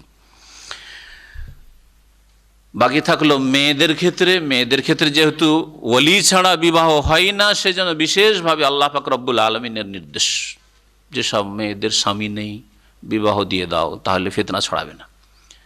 যেসব সমাজে তালাক বেশি হচ্ছে অথবা বিধবা মহিলারা রয়েছে, আর এরা স্বামীর বাড়ি দেখে নিয়েছে একবার করে, আর এরা যদি আবার স্বামী না পায়, তাহলে ফিতনার আশঙ্কা বেশি রয়েছে, ফিতনার আশঙ্কা বেশি রয়েছে। যার ফলে দ্বীনে ইসলামে তালাকপ্রাপ্ত আর বিধবাদের বিবাহ দেওয়ার জন্য বিশেষভাবে উৎসাহিত করা হয়েছে। আর মুসলিম সমাজ, বিশেষ করে উপমহাদেশে ভারত, বাংলাদেশ, পাকিস্তান, হিন্দুদের পাশাপাশি বসবাসের কারণে যদি তালাকপ্রাপ্ত হয় বিবাহ নেই, যদি বিধবা হয় তুই তো রাক্ষস নেই, এ তো এক স্বামীকে খেয়ে এসছে, কে কে বিবাহ করবে? হ্যাঁ, আউযুবিল্লাহ, এগুলো হিন্দুদের আকীদা। এই জন্য মুসলিমদেরকে, মুসলিম নেতাদেরকে, মুসলিম উলামায়ে কেরামদেরকে এই ক্ষেত্রে সচেতন হওয়া উচিত। যারা যেখানে নিজের ক্ষমতায় আছেন, নেতৃত্ব আছেন, অভিভাবক হন অথবা দিনী নেতৃত্ব থাক অথবা দুনিয়ার নেতৃত্ব ক্ষমতা থাক, চেয়ারম্যান আছেন, এলাকার দায়িত্বশীল আছেন ইত্যাদি, সবার দায়িত্ব রয়েছে যে এলাকার মেয়েরা যেন বিনা স্বামীতে না থেকে যায়। এতে জিনা সমাজে ছড়িয়ে পড়বে। আল্লাহ পাক রব্বুল আলামিন বলছে, তোমাদের মধ্যে যারা বিবাহহীন, বিবাহ এখনো হয়নি বা বিবাহের সুযোগ হয়নি, হয়েছিল তালাক হয়ে গেছে বা স্বামী মারা গেছে, তাদের তোমরা বিবাহ করিয়ে দাও, আনকিহু, বিবাহ দিয়ে দাও। এই আয়াত এটাও প্রমাণ করে যে লা নিকাহা ইল্লা বিওয়ালিন। এই আয়াতের তাফসীর হচ্ছে রাসূলুল্লাহ সাল্লাল্লাহু আলাইহি ওয়াসাল্লাম হাদিস, যে বিনা ওলিতে বিবাহ হয় না। আর ওলি বাবা থাকতে অন্য কেউ ওলি হইতে পারে না, যদি বাবা মুসলিম হয়। হ্যাঁ, আর কাছের ওলি থাকতে অন্য কাউকে ওলি বানিয়ে নেবেন, বিবাহ দিয়ে দেবেন, এইভাবে বিবাহ হবে না। যেমন আজকে বাংলাদেশ থেকে একটা টেলিফোনে ফতোয়া জিজ্ঞেস করছে যে এক লোক বিবাহের জন্য রাজি হয়েছে, তারপর আর বিবাহ কি গণ্ডগোলে বিবাহ দেবে না, যখন বাপ বিয়ে দেবে না আর কেউ আত্মীয় স্বজন বিয়ে দেবে না, ওই মেয়ের মা নিয়ে গিয়ে বিয়ে দিয়ে দিয়েছে। না, কোনো মহিলা ওলি হতে পারে না, কোনো মহিলা বিবাহ দিতে পারে না যে মেয়ের বিবাহ আমি দিয়ে দেবো, হতে পারে না। পুরুষ এবং বাপ না থাকলে দাদা রয়েছে, দাদা না থাকলে ভাইয়েরা রয়েছে, আপন ভাইয়েরা রয়েছে, ভাইয়েরা যদি না থাকে তো চাচা রয়েছে, ইত্যাদি। আর কোর্ট ম্যারেজে গিয়ে ওখানে গিয়ে একজনকে ওলি বানিয়ে নেবেন, হ্যাঁ, উকিল বানিয়ে নেবেন আর বিবাহ দিয়ে দেবেন। এইভাবে নেকাহ বিবাহ হয় না, বাতিল বাতিল বাতিল, নবী করিম সাল্লাল্লাহু আলাইহি ওয়াসাল্লাম বলেছেন। আর এই আয়াতের দলিল ওয়াসসালিহিনা মিন ইবাদিকুম, তোমাদের দাসদের মধ্য থেকে যারা সৎ নেক লোক, যারা গুনাহ থেকে বাঁচতে চায়। দেখছো, নেক লোক মানে মুমিন, বিশেষ করে ইমানদার মানুষ গুনাহ থেকে বাঁচতে চাইবে, সুতরাং তাদের বিবাহ দিয়ে দাও। তোমাদের দাস হলে কি হবে? কি তো দাস ভাবছেন বিবাহ শাদী দিয়ে দেবো, তাহলে তো টাইম লস হবে না, এরকম কাজ না, বিবাহ দাও। ওয়া ইমাইকুম, তোমাদের দাসীদের মধ্য থেকে, দাসী রয়েছে, যদি বিবাহ হয়ে যায় তো স্বামীর ঘরে যথেষ্ট সময় দিতে হবে, তাহলে বাড়ির কাজ কম হবে না, এরকম চিন্তা করি না, বিবাহ দিয়ে দাও। জেনামুক্ত হবে সমাজ পরিবার।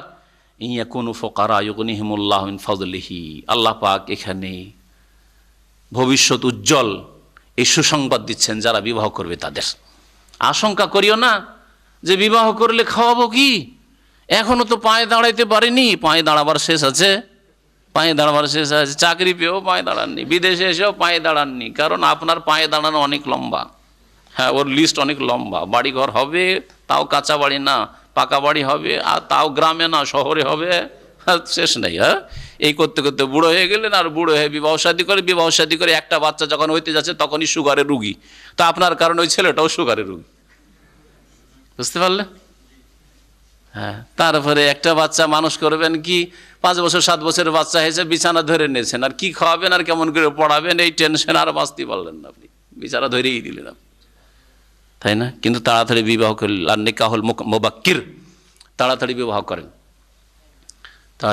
এতে বহু ফায়দা রয়েছে। গত সপ্তাহে আমাদের এক কলিগ সুডানি আছে, ওকে বলছি যে কি বাচ্চাদেরকে নিজেই পৌঁছান, বলছে হ্যাঁ আমাকে ছেলে মেয়েদেরকে পৌঁছাইতে হয়, এখানে পরিবার আছে, মাদ্রাসায় পৌঁছাইতে মাদ্রাসা থেকে নিতে হয়। তো বলছে যে বিলম্ব করে বিয়ে করায় এটাই কষ্ট। বয়স আমার সাথে যথেষ্ট হয়ে গেছে, কমজোর হয়ে গেছে বেচারি, তারপরও আছে ছেলে মেয়েরা ছোট আছে, কেউ বড় হয়নি, সুতরাং নিজেই পৌঁছে দিয়ে আসতে হচ্ছে। তাহলে তাড়াতাড়ি বিবাহ করলে ফায়দাটা এটা, দুনিয়ার ফায়দা দেখাচ্ছি যে আপনার 40 বছর বা 45 বছর বয়স হতে হতে এখন আলহামদুলিল্লাহ শরীরে শক্তি আছে, তার মধ্যে দেখছেন ছেলে মাশাআল্লাহ সাবালক হয়ে গেছে, ছেলে গাড়ি চালাতে পারছে, আর ছেলে হয়তো আপনার ছেলে মেয়েদেরকে পৌঁছে দিয়ে চলে আসলো, হালকা হলো না? হ্যাঁ, তো দুনিয়ারও ফায়দা রয়েছে। এই ফায়দাগুলি ভুলে যাচ্ছেন, আরও পায়ে দাঁড়াবো করতে করতে আপনি বুড়ো হয়ে যাচ্ছেন, আর দুনিয়ার স্বাদটাও পাচ্ছেন না, দুনিয়ার ওই বিবাহ জগতের স্বাদও পাচ্ছেন না। কি বুড়ো হয়ে বিয়ে করে কি আর স্বাদ পাবেন? সেখানে গিয়ে হিমশিম খাচ্ছেন, লজ্জিত হচ্ছেন, মাপ চাইতে হচ্ছে বিবি সাহেবের কাছে। আল্লাহ পাক রব্বুল আলামিন ইরশাদ করছেন যে তোমরা বিবাহ দিয়ে দাও যাদের বিবাহ হয়নি, আর তোমরা অভিভাবক বিবাহ দিয়ে দাও, আর তোমাদের যদি দাসী থাকে নেক মুমিন তাদের বিবাহ শাদী দিয়ে দাও। ইয়া কোনো ফোকারা, তারা যদি অভাবী হয়, ইউগনিহিমুল্লাহু মিন ফাজলিহি, তাহলে আল্লাহ পাক তার অনুগ্রহে তাদেরকে সচ্ছল করে দেবেন। ইবনে মাসউদ রাদিয়াল্লাহু তাআলা বলছেন যে কেউ যদি সচ্ছল সুখী হতে চায় তাহলে ফালিয়াতাজাওয়াজ, সে দ্রুত বিবাহ করুক। আর বাস্তব বিবাহ করার আগে কখনো আপনার জন্য রুজির রাস্তা প্রশস্ত হবে না, টাকা পয়সা ইনকাম করলেও নষ্ট হয়ে যাচ্ছে, কারণ আপনার মাথার ওপর কাঁধে তো বোঝা নেই। সুতরাং আর কি, দোস্ত বন্ধুকে নিয়ে বসলেন, দিলেন 50-100 রিয়াল, শেষ, এইখানে ফুটাই দিলেন, ওখানে ফুটিয়ে দিলেন, ওই করলেন সেই করলেন। কিন্তু বিবাহ শাদী হওয়ার পরে না, তার বিবাহ শাদী হওয়ার পরে একটা দায়িত্ব, জ্ঞান, চেতনা, তৈরি হয়েছে যে না এখন আমাকে কিছু করতে হবে, আমার স্ত্রীকে খাওয়াইতে, আমার ছেলে মেয়েকে খাওয়াইতে হবে, দায়িত্ব রয়েছে ইত্যাদি। আল্লাহু ওয়াসিউন আলিম, আল্লাহ পাক রব্বুল আলামিন প্রচুর দানকারী আর আলিম, আর সব কিছু তিনি জানেন। ওয়াসি, আল্লাহ পাকের কাছে অভাব নেই, আল্লাহর কাছে চাওয়ার অভাব রয়েছে। আমাদের চাইতে জানি, আল্লাহর কাছে চাইতে হবে এবং উত্তম পন্থায় চাইতে হবে, চাওয়ার সাথে সাথে কর্ম করতে হবে, আল্লাহ পাক অবশ্যই দেবেন।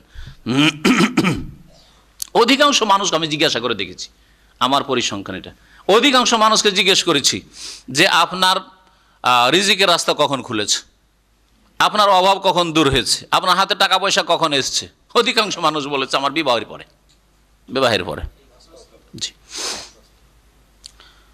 আল্লাহ পাক রব্বুল আলামিন তারপরে কয়েকটি দিক নির্দেশনা দিচ্ছেন। ওয়ালিয়াস্তাফিফিল্লাযীনা লা ইয়াজিদুনা নিকাহান হাত্তা ইউগনিয়াহুমুল্লাহু মিন ফাদলিহি ওয়াল্লাযীনা ইয়াবতাগুনাল কিতাবা মিম্মা মালাকাত আইমানুকুম ফাকাতিবুহুম ইন আলিমতুম ফীহিম খায়রা ওয়া আতুহুম মিম্মা লিল্লাতী আতাকুম ওয়ালা তুকরিহু ফাতায়াতিকুম আলাল বিগাই ইন আরাদনা তাহাসসুনাহ। এর আগে একটি দিক নির্দেশনা, সেটা হচ্ছে যে যাদের বিবাহ হয়নি সমাজে পরিবারে তাদের, আর সাবালক সাবালিকা বিবাহ তোমরা দিয়ে দাও। আর এই চিন্তা করিও না কি করে খাবে আমার ছেলে, কি করে খাবে আমার ভাই, এখনও তো কাজ করতে পারে না, বা আমি কি করে খাবো, বিবাহ শাদী করলে কি করে সংসার চলবে। আল্লাহ পাক অভাব দূর করে দেবেন। ইয়া কোনো ফকারা ইউগনিহুম মিন ফাদলি।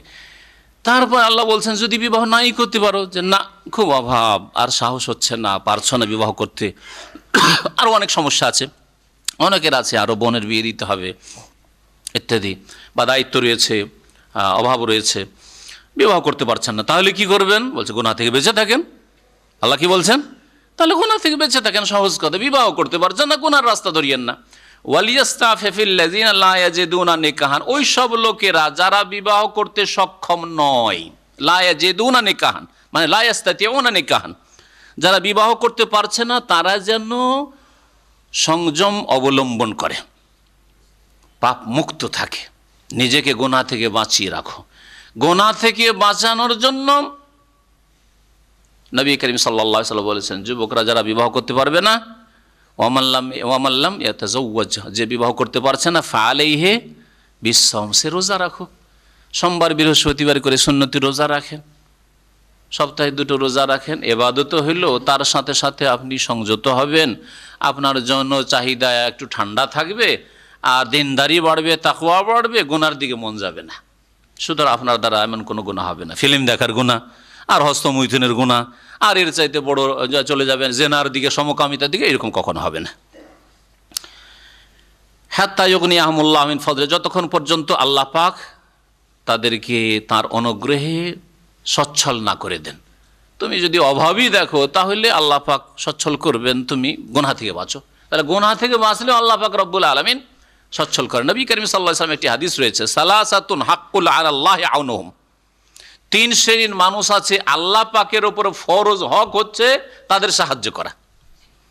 তার প্রথমটি হচ্ছে আন্নাকিহ আল্লাযী ইউরিদুল আফাফ, এমন বিবাহকারী যে বিবাহের মাধ্যমে গুনাহ থেকে বাঁচতে চায়। যে আমি কেন বিবাহ করব? কারণ আমি গুনাহ থেকে বাঁচবো, হস্তমৈথুন থেকে বাঁচবো, বদ নজর থেকে, খারাপ নজর থেকে বাঁচবো, আমার নজর এদিক ওদিক যাচ্ছে, অথবা আমার গুনাহ থেকে বেঁচে থাকা কষ্ট হচ্ছে, না আমি গুনাহ যেন আমার দ্বারা না হয়, সেই জন্য আমি বিবাহ করছি। গুনাহ থেকে বাঁচার জন্য যে বিবাহ করবে। আল্লাহ পাক রব্বুল আলামিন ইরশাদ করেছেন তারপরে যে ওয়াল্লাযীনা ইয়াবতাগুনাল কিতাবা মিম্মা মালাকাত আইমানুকুম, নবী সাল্লাল্লাহু আলাইহি ওয়াসাল্লামের জামানায় কৃতদাসী ছিল, আর কৃতদাসদের অনেক বিধিবিধান রয়েছে। এখন বর্তমানে কৃতদাস নেই, সুতরাং কৃতদাসের বিধিবিধান আলোচনা করা আজকাল বাস্তবে তেমন কোনো ফায়দা নেই। তবে যখন প্রয়োজন হবে, দ্বীন ইসলামে দাস দাসীর বিধান আপন জায়গায় আছে কোরআন হাদিসে, তার রহিত হয়নি। যখন বৈধ সূত্রে দাস দাসী হবে তখন সেসব বিধিবিধানের বাস্তবায়ন হবে। তার মধ্যে একটি হচ্ছে মোকাতাবা করা। মোকাতাবা মানে হচ্ছে লিখিত চুক্তি করে নেওয়া দাসের সাথে বা দাসীর সাথে। কোনো দাস দাসী যদি দেখে যে আমার কাছে ধন সম্পদ আছে বা ধন সম্পদ হাসিলের কোনো সোর্স আছে, যার মাধ্যমে কিছু ধন সম্পদ আমি সঞ্চয় করতে পারবো, বা কেউ সাহায্য সহযোগিতা করবে আমার আশা আছে, আর মালিকের সাথে একটা চুক্তি করে নিল লেখাপড়া, যে দেখেন আপনার সাথে একটা চুক্তি করতে চাই যে আমাকে বিক্রি করলে আপনি কত টাকা পাবেন, 3000 টাকা পাবেন, তো 3000 রিয়াল পাবেন। আপনি এক কাজ করেন, 3,000 টাকা আমি দিয়ে দিব, এই 5টা বা 10টা কিস্তা আমি 1 বছরে বা 2 বছরের মধ্যে বা 6 মাসের মধ্যে দিয়ে দেবো, আর এর উপর চুক্তি হয়ে গেলে একবারে দিতে পারবো না, 500 রিয়াল 500 রিয়াল করে দেবো আমি, এইভাবে আমাকে মুক্ত করে দেন। আল্লাহ পাক বলছেন এইরকম যদি প্রস্তাব আসে কোনো দাস দাসীর পক্ষ থেকে, তাহলে তোমরা এই চুক্তিতে সম্মত হয়ে যেও আর এরকম চুক্তি করে নিও, আর এইভাবে মানুষকে স্বাধীন করার চেষ্টা করিও। মানুষকে আল্লাহ পাক স্বাধীন করতে চান, এই জন্য ইসলামের বিভিন্ন গুনাহের বা ভুল ভ্রান্তির কাফফারার ক্ষেত্রে গোলাম আজাদ করা, কিন্তু দাস দাসী আজাদ করার বিধান রয়েছে। আল্লাহ পাক ইরশাদ করেছেন ওয়াল্লাযিনা ইয়াবতাগুনাল কিতাবা মিম্মা মালাকাত আইমানুকুম, আর যে তোমাদের অধিকারভুক্ত দাস দাসীদের মধ্য থেকে যারা তোমাদের থেকে লিখিত চুক্তি চাই, ইয়াবতাগুন যারা চাই কামনা করে, আল কিতাবা লিখিত চুক্তি, মিম্মা মালাকাত আইমানুকুম ওই সব লোকদের মধ্য থেকে যারা তোমাদের অধিকারভুক্ত দাস দাসী, ফাকাতিবুহুম তাদের সাথে তোমরা লিখিত চুক্তি করে নাও। ইন আলিমতুম ফিহিম খাইরান তাদের মধ্যে যদি তোমরা কল্যাণ দেখো, কল্যাণ দেখো মানে সৎ মানুষ, সৎ মানুষ, ভালো মানুষ আল্লাহ পাকের ইবাদতবন্দি করবে, মুমিন মানুষ। কল্যাণ যদি দেখো, আর একটা কল্যাণ যে হ্যাঁ এ আদায় করে দিতে পারবে, এই যে চুক্তি করেছে চুক্তি মোতাবেক আদায় করে দিতে পারবে, এই হচ্ছে কল্যাণ, পার্থিব কল্যাণ। ওয়া আতুহুম মিম্মা আলিল্লাযী আতাকুম আল্লাহ পাক যে ধন সম্পদ তোমাদেরকে দিয়েছেন তার ধন, মালিল্লাহ মিন মালিল্লাহ, কার মাল, কার ধন সম্পদ? আল্লাহ বলছেন মিন মালিল্লাহ, আল্লাহ পাকের মাল। তাহলে আমার কাছে, আপনার কাছে, সারা পৃথিবীর যে কোনো মানুষের কাছে যা কিছুই রয়েছে, যে ধন সম্পদ রয়েছে, সব কার মাল, কার ধন সম্পদ? মালুল্লাহ, আল মালু মালুল্লাহ, আল্লাহ পাকের ধন সম্পদ। আল্লাহ পাক আপনাকে আমানত দিয়ে রেখেছেন, কিছুদিন আপনাকে দিয়েছেন, আর তারপর আপনার কাছ থেকে নিয়ে হয়তো আমাকে দেবেন, আর কাউকে দেবেন, এই তো আল্লাহ পাক রব্বুল আলামিন এটাই করে থাকেন। ওয়াতিলকাল আইয়ামু নুদাবিলুহা বাইনান নাস, এই যুগের বিবর্তন হচ্ছে, কিন্তু নুদাবিলুহা বাইনান নাস, এক হাত থেকে আর এক হাতে যায়, এক হাত থেকে আর এক হাত, কেউ হারে কেউ জিতে, কেউ আমির কেউ গরিব। আল্লাহ পাক বলছেন যে তোমাদেরকে যে আল্লাহ পাক দিয়েছেন তার ধন সম্পদ থেকে, সেই আল্লাহর মাল থেকে তোমরাও দাও, আতুহুম তাদেরকেও দাও। তাহলে এই দাস দাসী যারা সাহায্যের হকদার তাদেরকে তোমরা সাহায্য করো, দাও। ওয়ালা তুকরিহু ফাতায়াতিকুম আলাল বিগাই ইন আরাদনা তাহাসসুনা, এখানে আরেকটি বিধান, 4 নম্বর বিধান আল্লাহ পাক রব্বুল আলামিন, সেটা হচ্ছে যে তোমাদের দাস দাসী বা তোমাদের অধীনস্থ যারা রয়েছে তাদেরকে ব্যভিচারে বাধ্য করিও না, ব্যভিচারে বাধ্য করিও না। এই আয়াত এই জন্য নাযিল হয়েছিল যে নবী করিম সাল্লাল্লাহু আলাইহি সাল্লামের মদিনার জীবনে আব্দুল্লাহ বিন উবাই মুনাফিক, যে মুনাফিকদের বড় নেতা, রাইসুল মুনাফিকিন, যে আয়েশা রাদিয়াল্লাহু তাআলা আনহার ওপর মিথ্যা অপবাদ দিয়েছিল, হ্যাঁ, এই খবিস এত নোংরা চরিত্রের ছিল যে এর অধীনে 2টো দাসী ছিল, এই 2টো দাসী মুসলমান হয়ে যায়, আর সত্যিকার অর্থে মুসলমান, এই মুনাফিকের মতো নয়। তারপরে এই 2টো দাসীকে ব্যভিচারের জন্য বাধ্য করতো, যে ব্যভিচার করে তোমরা আয় উপার্জন করে নিয়ে এসে আমাকে দাও। নবী করিম সাল্লাল্লাহু আলাইহি ওয়াসাল্লাম বলেছেন যে মাহরুল বাগিয়ে খবিসুন, জেনা ব্যভিচার বেশ্যাবৃত্তি করে আয় উপার্জন করা রুজি হচ্ছে নোংরা খবিস। তো দাসীদেরকে দিয়ে জাহিলিয়াতের যুগে কাফের মুশরিকরা আর এই মুনাফিক এরা করতো কি, আয় ইনকাম করে নিত, হ্যাঁ, দেহ ব্যবসা করে। জি, এইরকমই বেশ্যাখানার লাইসেন্স দেওয়া এই আয়াত দিয়ে হারাম। কোনো মুসলিমের জন্য জায়েজ নয় যে পতিতালয়ে লাইসেন্স দেবে, হারাম। আল্লাহ পাক রব্বুল আলামিন ইরশাদ করেছেন ওয়ালা তুকরিহু ফাতায়াতুকুম, তোমাদের দাসীদেরকে বাধ্য করো না, আলাল বিগাই ব্যভিচারের জন্য, ইন আরাদনা তাহাসসুনা যদি তারা সংযম অবলম্বন করতে চায়। এটা শর্ত হিসাবে আল্লাহ উল্লেখ করেননি যে যদি তারা সতী হতে চায় তাহলে বাধ্য করিও না, আর অসতী নিজে থেকে যদি স্বেচ্ছায় জেনা ব্যভিচার করতে চায় তাহলে অসুবিধা নেই, পারমিশন দিয়ে দিও, লাইসেন্স দিয়ে দিও, এটা উদ্দেশ্য নয়, বরং এটা সেই সময়ের বাস্তব তুলে ধরা হয়েছে, যার প্রেক্ষাপটে আয়াত নাযিল হয়েছে। এই 2 মহিলা ইবনে উবাই মুনাফিকের যে দাসী ছিল তারা ইসলাম গ্রহণ করেছিল, তারা কখনো জেনাতে সম্মত ছিল না, আর এই খবিস বাধ্য করত, যার ফলে আল্লাহ বলছে ইন আরাদনা তাহাসসুনা। অনেক সময় এইভাবে আল্লাহ পাক কোরআনের বাকভঙ্গিমাই উল্লেখ করেছেন, যেমন আল্লাহ পাক রব্বুল আলামিন কসরের নামাজের ক্ষেত্রে বলেছেন একই রকম ভঙ্গিমাতে, ফালা জুনাহা আলাইকুম আন তাকসুরু মিনাস সালাতি ইন খিফতুম আন ইয়াফতিনাকুমুল্লাযিনা কাফারু, তোমাদের কোনো গুনাহ হবে না আনতাকসুরু মিনাস সালাতে, নামাজের কসর করলে, কসর সালাত আদায় করলে, জোহর 2, আসর 2, এশা 2, 4 রাকাত বিশিষ্ট নামাজকে 2 করে পড়ো, তাহলে এতে কোনো গুনাহ হবে না, মানে তোমাদের জন্য জায়েজ। ইন খিফতুম, তোমাদের যদি ভয় লাগে, ভয় হয়, আশঙ্কা হয়, আন ইয়াফতিনাকুমুল্লাযিনা কাফারু, কাফেরদের ফিতনা বলে যে কাফেররা কখন আক্রমণ না করে দেয়, এই ভয় যদি থাকে তাহলে কসর করলে গুনাহ হবে না। তার মানে কি, তাহলে আজকাল তো কোনো কাফেরের ভয় নেই। ভয় আছে নাকি? বাংলাদেশে ভয় আছে কাফেরের? হ্যাঁ, সৌদি আরবে ভয় আছে? হ্যাঁ, অধিকাংশ বিশ্বে কাফেরের ভয় নেই যে নামাজ পড়তে গেলে আক্রমণ করে দিবে। যুদ্ধের অবস্থা নেই, দারুল হার্ব ছাড়ার কোনো ভয় থাকতে পারে না।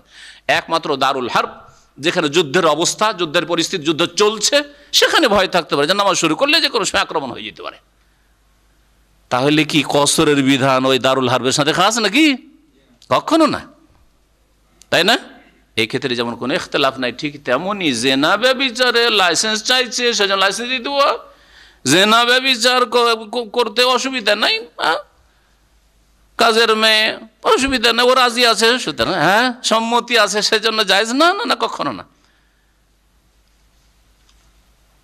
আল্লাহ পাক রব্বুল আলামিন অবস্থার পরিপ্রেক্ষিতে ইন আরাদনা তাহাসসুনান, আর সাধারণত যদি ভালো চরিত্রের মহিলা হয় তাহলে কখনো এই বেশ্যাবৃত্তিকে বেছে নেবে না, বেশ্যাবৃত্তিকে বেছে নেবে। আর অধিকাংশ বেশ্যাখানাগুলিতে মেয়েদেরকে ধোঁকা দিয়ে প্রতারিত করে নিয়ে যে ঢুকিয়ে দেওয়া হয়েছে, আমাদের কাছে এইসব অনেক খবর আছে। বাধ্য করে নিয়ে যাওয়া হয়েছে, নিরুপায়, কোনো খোঁজ পাচ্ছে না, যেতে পারছে না, এমনভাবে বন্ধ করে রাখা হয়েছে। তারপরে বদ অভ্যাস বেশ কিছুদিন হয়ে গেছে, এখন ও ছাড়া আর থাকতে পারছে না, এমন রোগ ধরে ফেলেছে ওই বেশ্যাকে যে আর ওখান থেকে যেতে পারছে না, নিজেই যাবে না, আর থাকবে এখানে। কখনো স্বেচ্ছায় একজন ভালো মহিলা, মুসলিম মহিলা স্বেচ্ছায় বেশ্যাখানায় চলে যাবে, সেটা হইতে পারে।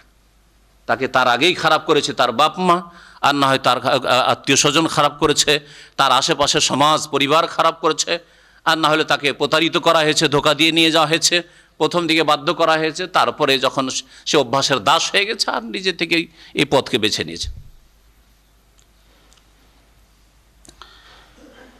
লেতাবতাগু আরাজাল হায়াতিদ দুনিয়া, যাতে করে পার্থিব জগতের ধন সম্পদ তোমরা সন্ধান করো, অর্জন করতে চাও। কি চাও? যে এই বেশ্যাবৃত্তি করিয়ে আর বেশ্যাখানা লাইসেন্স দিয়ে দেশের সুখ নেমে আসবে, দেশের সমস্যার সমাধান হবে? কখনো না। দুনিয়ার পার্থিব স্বার্থ হাসিল করতে চাও, আমাদের নেতৃত্ব ঠিক থাকবে, চরিত্রহীনরা তাদের আড্ডাখানাতে থাক, আমরা আমাদের নেতৃত্বে থাকি, যে যেখানে আছে থাক, আর ওরা নিজেরা মেতে থাক, কেউ মদ নিয়ে মেতে থাক, কেউ ব্যভিচার নিয়ে বেশ্যাবৃত্তিতে মেতে থাক, আর আমরা আমাদের নেতৃত্ব নিয়ে মেতে থাকি। লিতাবতাগু আরাজাল হায়াতি দুনিয়া, দুনিয়ার স্বার্থ তোমাদের উদ্দেশ্য। অমাই ইউকরিহুন্না, আর যদি কারো উপরে এরকম জবরদস্তি করেই দেওয়া হয়, বাই ফোর্স ব্যভিচার যদি করিয়ে দেওয়া হয় নিরুপায়, তাহলে সেই সব মহিলাদের মেয়েদের কোনো গুনাহ নেই। আল্লাহ বলছেন ফাইন্নাল্লাহ মিন বাদি ইকরাহিন্না গফুরুর রহিম, তাহলে নিঃসন্দেহে আল্লাহ পাক রব্বুল আলামিন তাদের ওপর জবরদস্তি হওয়ার পরে বড়ই মার্জনাকারী, বড় দয়াবান তাদের জন্য। ওয়ালাকাদ আনজালনা ইলাইকা আয়াতিম মুবায়্যিনাত, আর নিঃসন্দেহে আমি আল্লাহ তোমাদের উদ্দেশ্যে স্পষ্টকারী আয়াত সমূহ নাযিল করেছি। আয়াত বাইয়িনাত শুধু এখানে বলেন, মুবায়্যিনাত অন্য আয়াতে রয়েছে বাইয়িনাত। হ্যাঁ, বাইয়িনাতিম মিনাল হুদা ওয়াল ফুরকান, সুস্পষ্ট, কোরআনে কারিমে সুস্পষ্ট এবং স্পষ্ট ব্যক্তকারী। ওয়া মাসালাম মিনাল্লাযিনা খালাউ মিন ক্বাবলিকুম, আর যারা তোমাদের পূর্বে অতিবাহিত হয়ে গেছে, চলে গেছে, তাদের উপমা দৃষ্টান্ত আমি বর্ণনা করেছি কোরআনে কারিমে।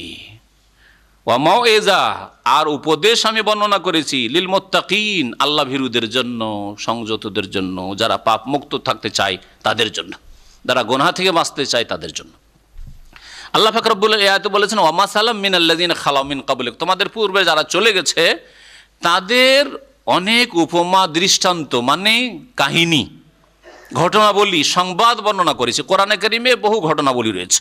হ্যাঁ, সৎকর্মশীলদের ঘটনাবলী রয়েছে, আর তাদের উত্তম পরিণামের কথা উল্লেখ করা হয়েছে। আর অসৎ, পাপিষ্ট, কাফের, মুশরিক, আল্লাহ পাকের নাফরমানদের, গুনাহগারদেরও ঘটনাবলী বর্ণনা করা হয়েছে, আর তাদের কুপরিণাম বর্ণনা করা হয়েছে।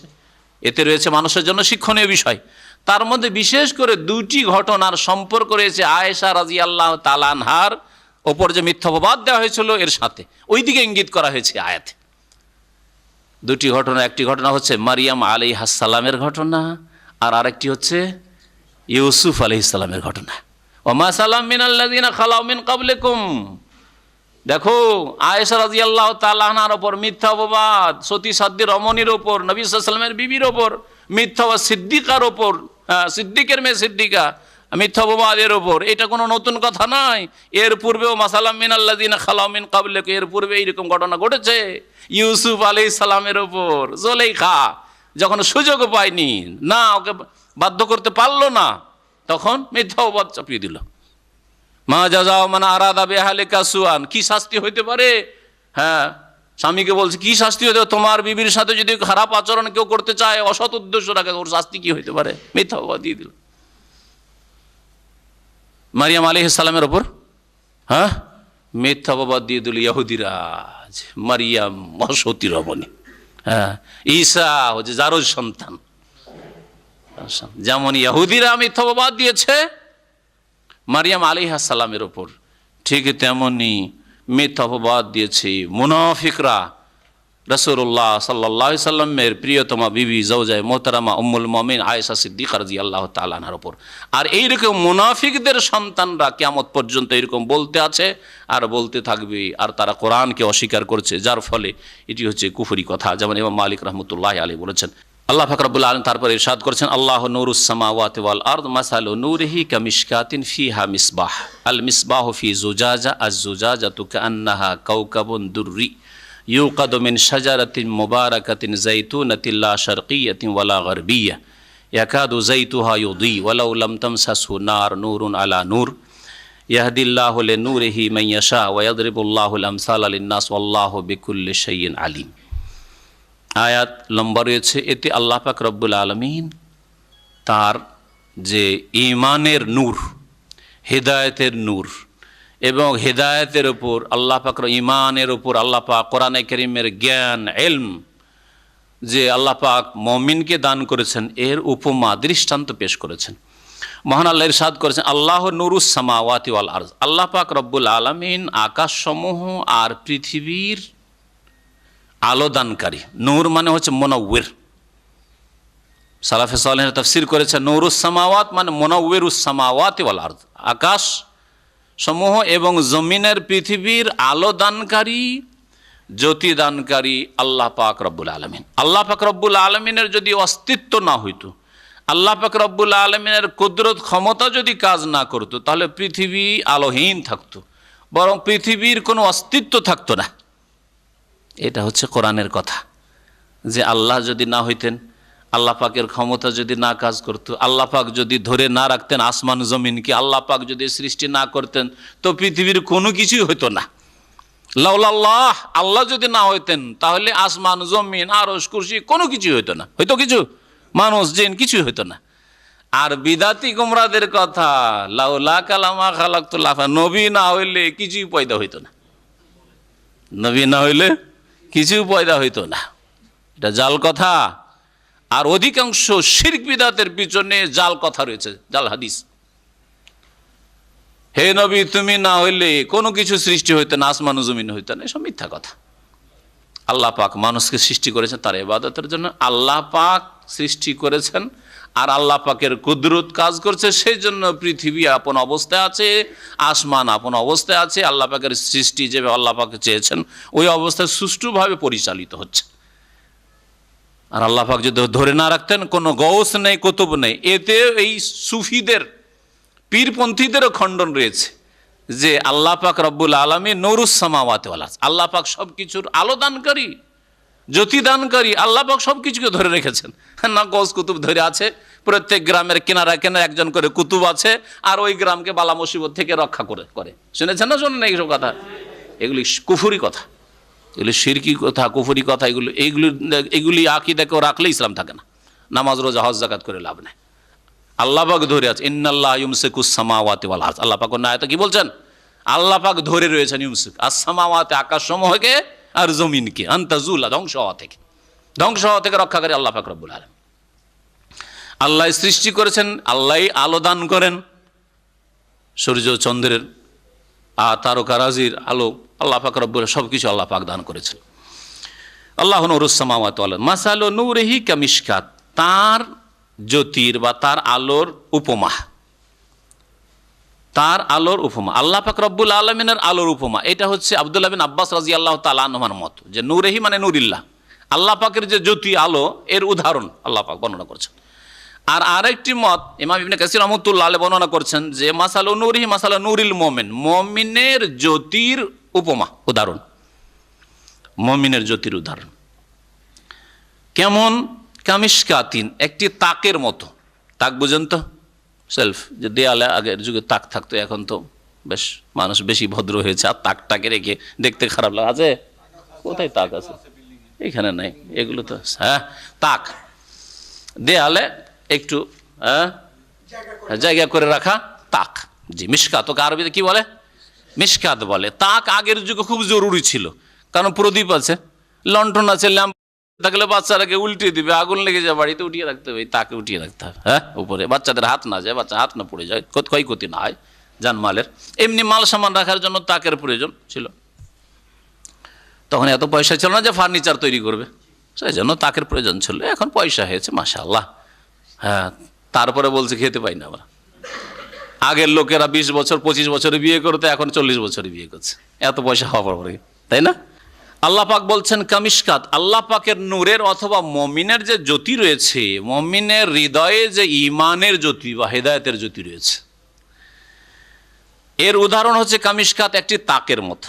ফিহা মিসবাহ, যেই তাকে একটি প্রদীপ রয়েছে, মিসবাহ প্রদীপ, ল্যাম্প। আল মিসবাহ ফি জুজাজা, আর সেই ল্যাম্প বা প্রদীপও রয়েছে একটি স্বচ্ছ কাঁচের ভিতরে, ফি জুজাজা, কাঁচের ভিতরে, যেমন লণ্ঠন বা ল্যাম্পে। হ্যাঁ, এমনি যদি প্রদীপের মতো জ্বালানো থাকতো, যেমন প্রদীপ থাকে খোলা, কোনো কাঁচ নেই, আর একটা ল্যাম্পের ভিতরে আগুনটা আছে, বা লণ্ঠনের ভিতরে, হ্যাঁ, কোনটাতে আলো বেশি হয়? হ্যাঁ, কাঁচের ভিতরে থাকলে বেশি চমকে, তাই না? আল্লাহ পাক রব্বুল আলামিন তারপর বলছেন আজ-জুজাজাত, আর সেই কাঁচও এমন যে কান্নাহা কাওকাবুন দুররি, সেই কাঁচটি হচ্ছে উজ্জ্বল নক্ষত্রের মতো, উজ্জ্বল নক্ষত্রের মতো। ইউকাদু মিন শাজারাতি মুবারাকা, যেই প্রদীপটিকে জ্বালানো হয়েছে বরকতময় গাছের, হ্যাঁ, ফলের তেল থেকে, অর্থাৎ জৈতুন তেল দ্বারা। জৈতুন আল্লাহ বলে দিচ্ছেন, হ্যাঁ জৈতুন, ওই সেই জৈতুন গাছকে আল্লাহ পাক কি বললেন? বরকতের গাছ। এই জন্য জৈতুনে বরকত রয়েছে, জৈতুনের দানাতেও বরকত রয়েছে, জৈতুনের গাছেও বরকত রয়েছে, জৈতুনের তেলও বরকত রয়েছে। আজকের ডাক্তারও বলছে যে কাঁচা তেল জৈতুন খান, তাতে কোনো কোলেস্টেরল চর্বি নেই, ক্ষতি নেই। অন্য তেল কাঁচা, সরিষার তেল কাঁচা খেয়েই দেখেন, হ্যাঁ, অন্য কোনো যে কোনো তেল কাঁচা খেয়েই দেখেন, হ্যাঁ, ঠিক না? ক্ষতি করবে না, করবে না? জৈতুন তেল বড় বরকতের তেল। জৈতুন তেলের বরকত, সার্বিক বরকত রয়েছে। ছোট বাচ্চাদেরকে জৈতুন তেল মাখান, সবচেয়ে ভালো ছোট বাচ্চাদের স্কিনের জন্য। লা শারকিয়াতি ওয়ালা গারবিয়া, সেই গাছটি পূর্বমুখীও না আর পশ্চিমমুখীও না, বাগানের পূর্ব দিকেও না পশ্চিম দিকে না। আরো সহজ করি, তাহলে তাফসীর বুঝতে সুবিধা হবে। বাগানের যদি পূর্ব দিকে থাকে, কোনো গাছ যদি পূর্ব দিকে থাকে, তাহলে হ্যাঁ সকালবেলা তো লাগবে, বাগানের পূর্ব দিকে যেহেতু, তো সকালবেলা কি লাগবে? রৌদ্র লাগবে, সূর্যের তাপটা লাগবে। বিকেলবেলা না ঢেকে দিবে, লাগবে না, অন্য গাছে ঢেকে দিবে। পশ্চিম দিকে যদি গাছ থাকে, সকালবেলা ছায়া পড়ে থাকছে, সকালবেলা রৌদ্র পাচ্ছে না, হ্যাঁ, তাপ পাচ্ছে না ওই গাছটি, গাছের পাতা, আর সন্ধ্যাবেলা পাচ্ছে, তাহলে একবেলা পাচ্ছে, একবেলা পাচ্ছে না। এইরকম গাছ, যেই গাছে একবেলা, জৈতুন গাছ একবেলা রৌদ্র পায় আর একবেলা রৌদ্র পায় না, এই গাছের তেল অত সুন্দর হয় না, অত ফলপ্রসূ হয় না, উপকারী হয় না। পক্ষান্তরে যেই গাছে সারা দিন ধরে রৌদ্র লাগে খোলা মাঠে, এই জন্য সাহাবী আব্দুল্লাহ বিন আব্বাস রাদিয়াল্লাহু তাআলা বলছেন যে এমন গাছ এখানে বোঝানো হয়েছে, যেই গাছ এমন না শারকিয়া না গারবিয়া নয়, মানে শুধু সকালবেলা রৌদ্র পায় অথবা বিকালবেলা রৌদ্র পায় এইরকম নয়, বরং সারাদিন রোদ পায়, খোলা মাঠের গাছ। আর করার কোনো কিছু নেই এই গাছের। সকালবেলা যখন সূর্য ওঠে দুপুর পর্যন্ত রৌদ্র পায়, আবার পশ্চিম দিকে যখন সূর্য গড়ে যায় তারপরে ওই দিক থেকেও রৌদ্র পায়। এইরকম গাছের জৈতুন সবচেয়ে ভালো হয়, আর ওই জৈতুনের তেল সবচেয়ে স্বচ্ছ হয় আর সবচেয়ে বেশি উপকারী হয়। আর ওই তেল দিয়ে যদি প্রদীপ জ্বালানো হয় তাতে আলো বেশি হয়। এই জন্য আল্লাহ পাক রব্বুল আলামিন লা শারকিয়া ওয়ালা গারবিয়া বলেছেন। ইয়াকাদু যাইতুহা ইউদিফ,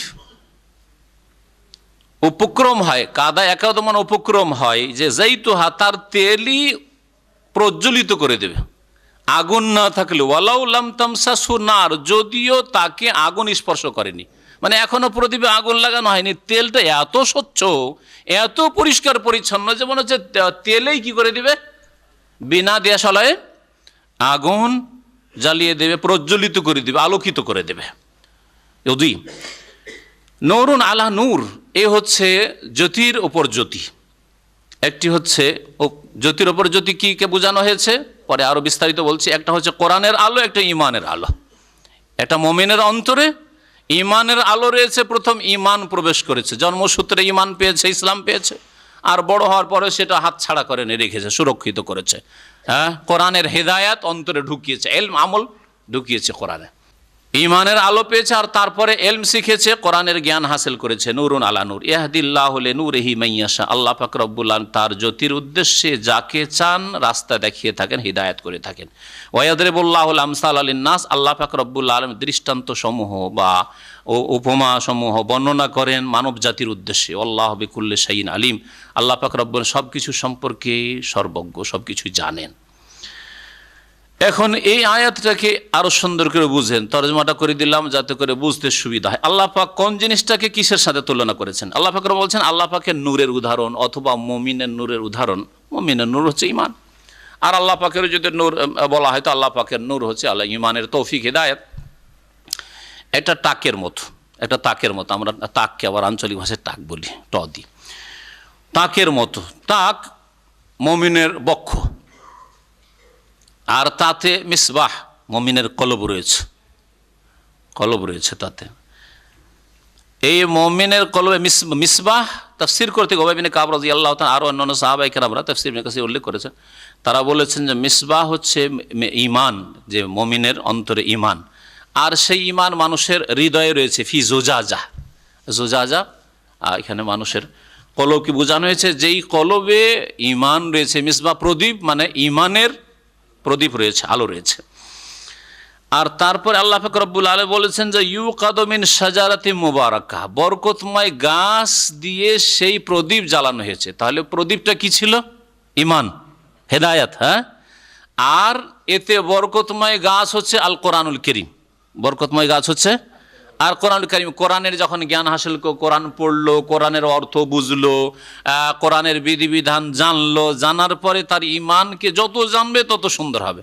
ইন্নামা ইয়াখশাল্লাহ মিন ইবাদিহি আল উলামা, সত্যিকার অর্থে যারা জ্ঞানী তারাই আল্লাহর বান্দাদের মধ্য থেকে আল্লাহকে ভয় করে থাকে।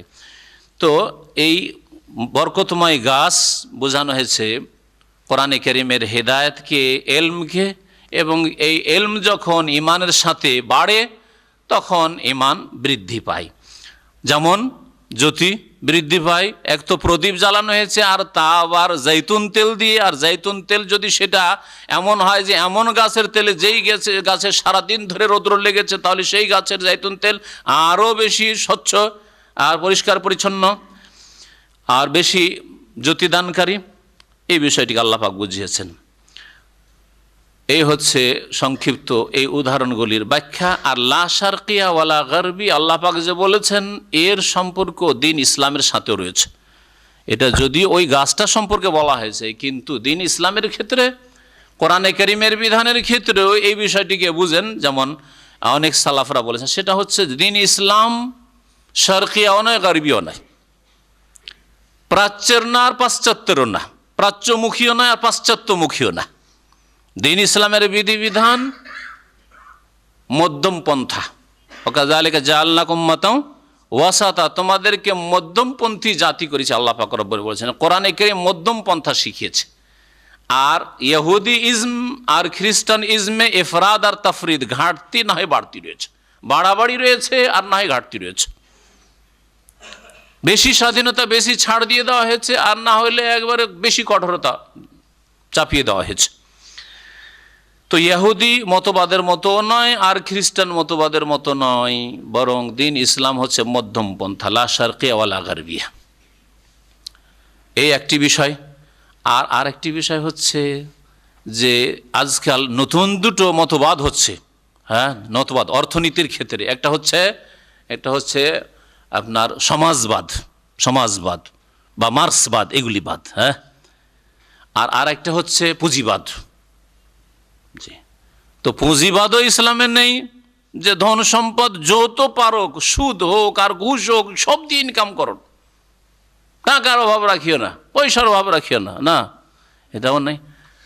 আর এই মার্ক্সবাদও নয়, মার্ক্সিজম, যে তাতে কি রয়েছে যে না, সবাইকে সমান করে দেব আর সবার গলা কেটে সমান করে দেবো, কাউই ব্যক্তি মালিকানা রাখবো না, সবার ব্যক্তি মালিকানা কেড়ে নিয়ে সরকার সকলকে খাওয়াবে।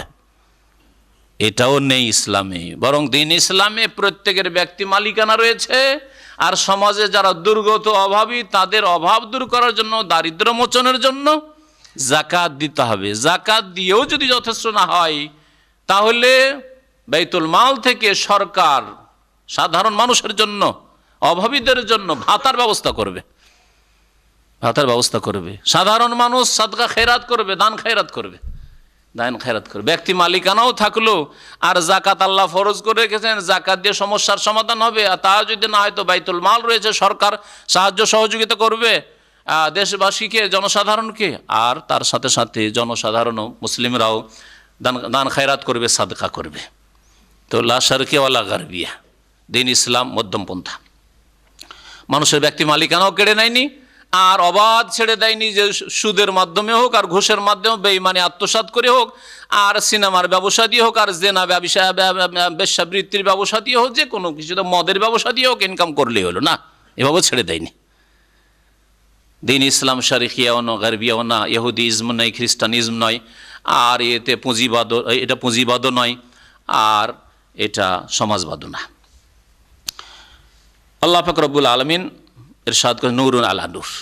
এইভাবে যদি জ্যোতি হয় একজন মুমিনের অন্তরে, ঈমান হিদায়াত পেয়েছে, আর তার সাথে সাথে কোরআন এবং হাদিস শিখেছে, কোরআন হাদিস শিখার পরে আমল বাড়িয়েছে, তাহলে নূরুন আলা নূর। এই মুমিনের জীবন হচ্ছে জ্যোতির ওপর জ্যোতি, আলোর ওপর আলো। ইয়াহদিল্লাহু লিনূরিহি মান ইয়াশা, আল্লাহ পাক যাকে চান তার নূর, ঈমান আর হিদায়াতের তৌফিক দিয়ে থাকেন। আল্লাহ পাক আমাদের সকলকে যেন তৌফিক দান করেন। আল্লাহ পাক বলছেন তারপরে, ফি বুয়ুতিন আযিন আল্লাহ, বেশ কিছু ঘর রয়েছে। আযিন আল্লাহ, আল্লাহ পাক নির্দেশ দিয়েছেন আনতুরফা, সেগুলিকে সমুন্নত করার জন্য। সেগুলি সমুন্নত করতে আল্লাহ পাক নির্দেশ দিয়েছেন। সেগুলিকে সমুন্নত করতে হবে মানে নির্মাণ করতে হবে, একটি অর্থ বাহ্যিক দিক থেকে। আর একটা সমুন্নত করা মানে সেগুলির সম্মান প্রদর্শন করতে হবে, সেগুলির হক আদায় করতে হবে, সেই ঘরগুলিকে পাক পবিত্র রাখতে হবে, সেই ঘরগুলিকে আবাদ করতে হবে। মসজিদ আল্লাহ পাকের ঘর, যেমন মসজিদ নির্মাণ করবেন এর বড় ফজিলত রয়েছে। মান বানা লিল্লাহি মাসজিদান বানাল্লাহু লাহু বাইতান ফিল জান্নাহ, নবী করিম সাল্লাল্লাহু আলাইহি ওয়াসাল্লামের সহিহ হাদিস, যে যেই ব্যক্তি আল্লাহর সন্তুষ্টির জন্য মসজিদ বানাবে, আল্লাহ পাক তার জন্য জান্নাতে ঘর নির্মাণ করবেন স্পেশাল। তো মসজিদ যেমন নির্মাণ করতে হবে, তেমনি মসজিদকে পরিষ্কার পরিচ্ছন্ন রাখতে হবে, মসজিদকে সুন্দর করতে হবে, মসজিদকে সুগন্ধিময় করতে হবে, মসজিদকে ময়লা আবর্জনা মুক্ত করতে হবে, মসজিদকে সাফসুতরা রাখতে হবে, মসজিদকে আবাদ করতে, ইবাদত দিয়ে। মসজিদ খুব সুন্দর করে বানিয়েছেন, অনেক পয়সা খরচ করে, কিন্তু নামাজি পাওয়া যায় না, যেমন আজকালকার অবস্থা। না, আযিন আল্লাহ আনতুরফা, তাহলে মসজিদকে আপনি সমুন্নত করলেন না, মসজিদের সম্মান প্রদর্শন করলেন না। ওয়ায়ুযকারা ফি হাসমহু, আর যাতে করে সেই ঘরগুলিতে আল্লাহ পাকের নামের জিকির আজকার হয়, আল্লাহ পাককে স্মরণ করা হয়, 5 ওয়াক্ত সালাত আদায় করা হয়, কোরআন তেলাওয়াত করা হয়, দ্বীনের আলোচনা করা হয়। ইউসাব্বিহু লাহু ফিহা বিল গুদুওয়ি ওয়াল আসাল, সেখানে তাসবিহ করে সকাল বিকাল। ইউসাব্বিহু লাহু, আল্লাহ পাকের তাসবিহ করে, পবিত্রতা ঘোষণা করে, ফিহা, এই ঘরগুলিতে, বিল গুদুওয়ি ওয়াল আসাল, সকালে এবং বিকালে। কারা? রেজাল, এমন লোকেরা, এমন পুরুষরা। আল্লাহ পাক কি বলেছেন? রেজাল বলেছেন। তাহলে বোঝা গেল যে মসজিদ আবাদ করা, মসজিদে গিয়ে নামাজ পড়া নেশার মহিলাদের কাজ নয়। এই আয়াত থেকে ইস্তেমবাত। এই জন্য জামাত করে মসজিদে নামাজ পড়া কার জন্য ফরজ? পুরুষদের জন্য ফরজ, মহিলাদের জন্য ফরজ না। আল্লাহ পাক বললেন না অনাস, ইনসানের মধ্যে, হ্যাঁ, পুরুষ মহিলা সকলে শামিল, হ্যাঁ, উভয় লিঙ্গ শামিল। আল্লাহ বলেন যে অনাস, রেজাল, সকাল বিকাল তাসবিহ করবে সেই ঘরগুলিতে, আল্লাহ পাকের জিকির আজকার করবে। রেজালুন, এমন পুরুষ লোকেরা, লা তুলহিহিম তিজারাতুম ওয়ালা বাইউন আন যিকরিল্লাহ, যাদেরকে বিচ্যুত করে না, যাদেরকে গাফিল করে দেয় না। তিজারাতুন, কোনো ব্যবসা বাণিজ্য, ওয়ালা বাইউন, না কেনা কাটা, আন যিকরি, আল্লাহ পাকের স্মরণ থেকে, ওয়া ইকামিস সালাত, আর নামাজ কায়েম করা থেকে, ওয়া ইতাইজ যাকাত, যাকাত প্রদান থেকে, ইয়াখাফুনা ইয়াওমান, এবং তারা এসব করে কেন? কেন তারা আল্লাহ পাককে স্মরণ করে? কেন তারা 5 ওয়াক্ত সালাত আদায় করে মসজিদে গিয়ে? কেন তারা যাকাত প্রদান করে?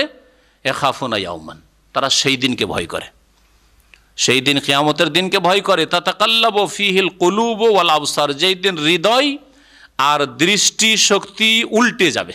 তাতাকাল্লাবু, হৃদয় উল্টে যাবে, মানে হতভম্ব, দিশেহারা হয়ে যাবে, আর দৃষ্টি উল্টে যাবে। কি দেখছে কোনো খোঁজ খবর থাকবে না। এই জন্য নবী করিম সাল্লাল্লাহু আলাইহি সাল্লামের হাদিসে রয়েছে যে মানুষ উলঙ্গ অবস্থায়, খাতনাবিহীন, শরীরে কোনো কাপড় থাকবে না। ইউহশারুন নাসু ইয়াউমাল কিয়ামাতি হুফাতান উরাতান গুরলান, নবী সাল্লাল্লাহু আলাইহি ওয়াসাল্লাম বললেন, কিয়ামতের দিন হাসর হবে, লোকেরা একত্রিত হবে কিয়ামতের মাঠে। কিভাবে? হুফাতান, খালি পায়ে, উরাতান, উলঙ্গ বস্ত্রহীন, আর গুরলান, খাতনাবিহীন। মা আয়েশা রাদিয়াল্লাহু তাআলা বললেন, বড়ই লজ্জাকর অবস্থা হবে ইয়া রাসূলুল্লাহ। আর রিজাল ওয়ান নিসা ও জামিয়ান, পুরুষ নারী অসংখ্য মানুষ কিয়ামত পর্যন্ত সবাই হাসরের মাঠে হাজির। ইয়ানজুরু বাযুহুম ইলা বাযিন, একে অপরকে দেখিবে। ই তো বড়ই লাঞ্ছনাকর অবস্থা, কি হবে অবস্থা আমাদের? নবী করিম সাল্লাল্লাহু আলাইহি ওয়াসাল্লাম বললেন, আয়েশা শোনো, আল আমরু আসাদ্দু আন ইয়ানজুরা বাযুহুম ইলা বায, সেই সময় এমন ভয়াবহতা থাকবে যে কেউ কারো দিকে তাকাবে আর কেউ কারো খোঁজ খবর রাখবে। এর সময় হবে না, ওই চিন্তাও আসবে না যে কে কি অবস্থায় আছে না আছে। নিজের গায়ে কি আছে না আছে খোঁজ খবর থাকবে না, অপরের কি আছে না আছে ওই সব খোঁজ খবর থাকবে না। এই কথা এখানে আবার তাতাকাল্লাব, উল্টে যাবে, আল কুলুব, হৃদয় দিশেহারা হয়ে যাবে, ওয়াল আবসারা, দৃষ্টি উল্টে যাবে, চোখে দেখছে কিন্তু দেখে না। হয় না, মানুষ খুব যখন ভয় পেয়ে যায়, আরে একটা চোর ডাকাত দেখে যদি ভয় পেয়ে যান তাহলে হুঁশ দিশা থাকে না যে কি করছেন না করছেন, কি বলছেন না বলছেন, তাই না? ছিনতাই করে পালিয়ে গেল গাড়িওয়ালা, গাড়ির নম্বরটা নোট করতে হবে, তখন হুঁশ দিশা থাকে না। হ্যাঁ করে বসে আছেন, পালিয়ে যাওয়ার পর, চোর পালার পরে বুদ্ধির বাড়ে। হ্যাঁ, চোর পালিয়ে যাওয়ার পরে বুদ্ধি বাড়ে, আরে এই নম্বরটা কেন নোট করলাম না? আমার মতো কেউ বেকুব আছে, নিজেকে তখন বেকুব বলেন। হ্যাঁ, একটু হুঁশ হয়েছে তখন নিজেকে বেকুব বলছেন, কিন্তু এতক্ষণ বুঝতে পারিনি যে আমি বেকুব ছিলাম। লিয়াজজিয়াহুমুল্লাহ আহসানা মা আমিলু, এই নেক আমলগুলি কেন করে সৎকর্মশীলরা? 5 ওয়াক্ত নামাজ পড়ে, আল্লাহ পাককে স্মরণ করে, যাকাত দিয়ে থাকে, সৎকর্মশীল হয় কেন? যাতে করে আল্লাহ পাক তাদেরকে প্রতিদান দেন, বদলা দেন।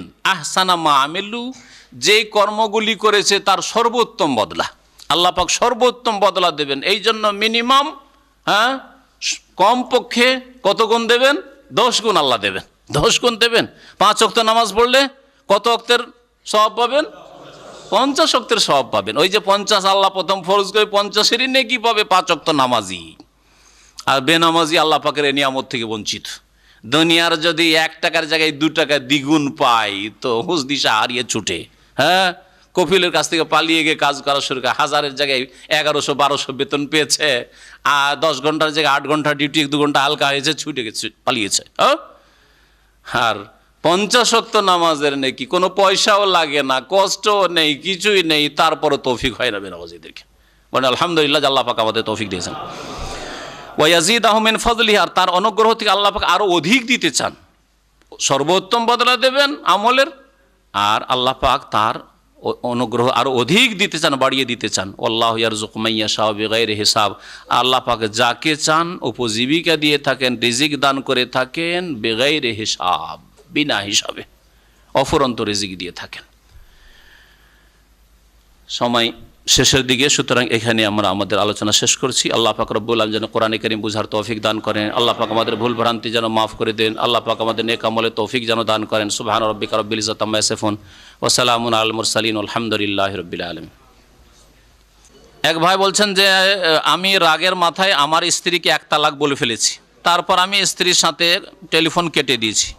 আমি এর বিষয়ে আপনার কাছে জানতে চাই। 1 তালাক দিয়ে দিয়েছেন, 1 তালাক হয়ে গেছে, সুতরাং আপনার স্ত্রীকে যদি রাখতে চান তাহলে ফিরিয়ে নেবেন এই 3 মাসের মধ্যেই। ফিরিয়ে নেওয়া মানে আপনি 2 জন সাক্ষী রাখেন, সবচেয়ে ভালো, যাতে করে তাদেরও জানা থাকে যে আপনি 1 তালাক অলরেডি দিয়ে ফেলেছেন, আর তারপরে ফিরিয়ে নেন। তার সাথে সম্পর্ক যে এরকম টেলিফোন সম্পর্ক আছে, যোগাযোগ আছে, ভরণ পোষণ দেওয়া আছে, এই সব যোগাযোগ রাখেন, তাহলে এটাই হচ্ছে ফিরিয়ে নেওয়া। ফিরিয়ে নেন। আর এক তালাক এটা আপনার জন্য গণ্য হয়ে গেল। যতদিন বেঁচে আছেন কখনো যদি আর কোনো যুগে আবার একবার আর একবার দিয়ে দেন, তাহলে 3 বারে চিরকালের জন্য হারাম হয়ে যাবে। একটা তালাক দিয়ে যদি 3 মাস রেখে দেন, তাহলে সেই স্ত্রী বিচ্ছিন্ন হয়ে যাবে। সুতরাং তাড়াতাড়ি ফিরিয়ে নেন।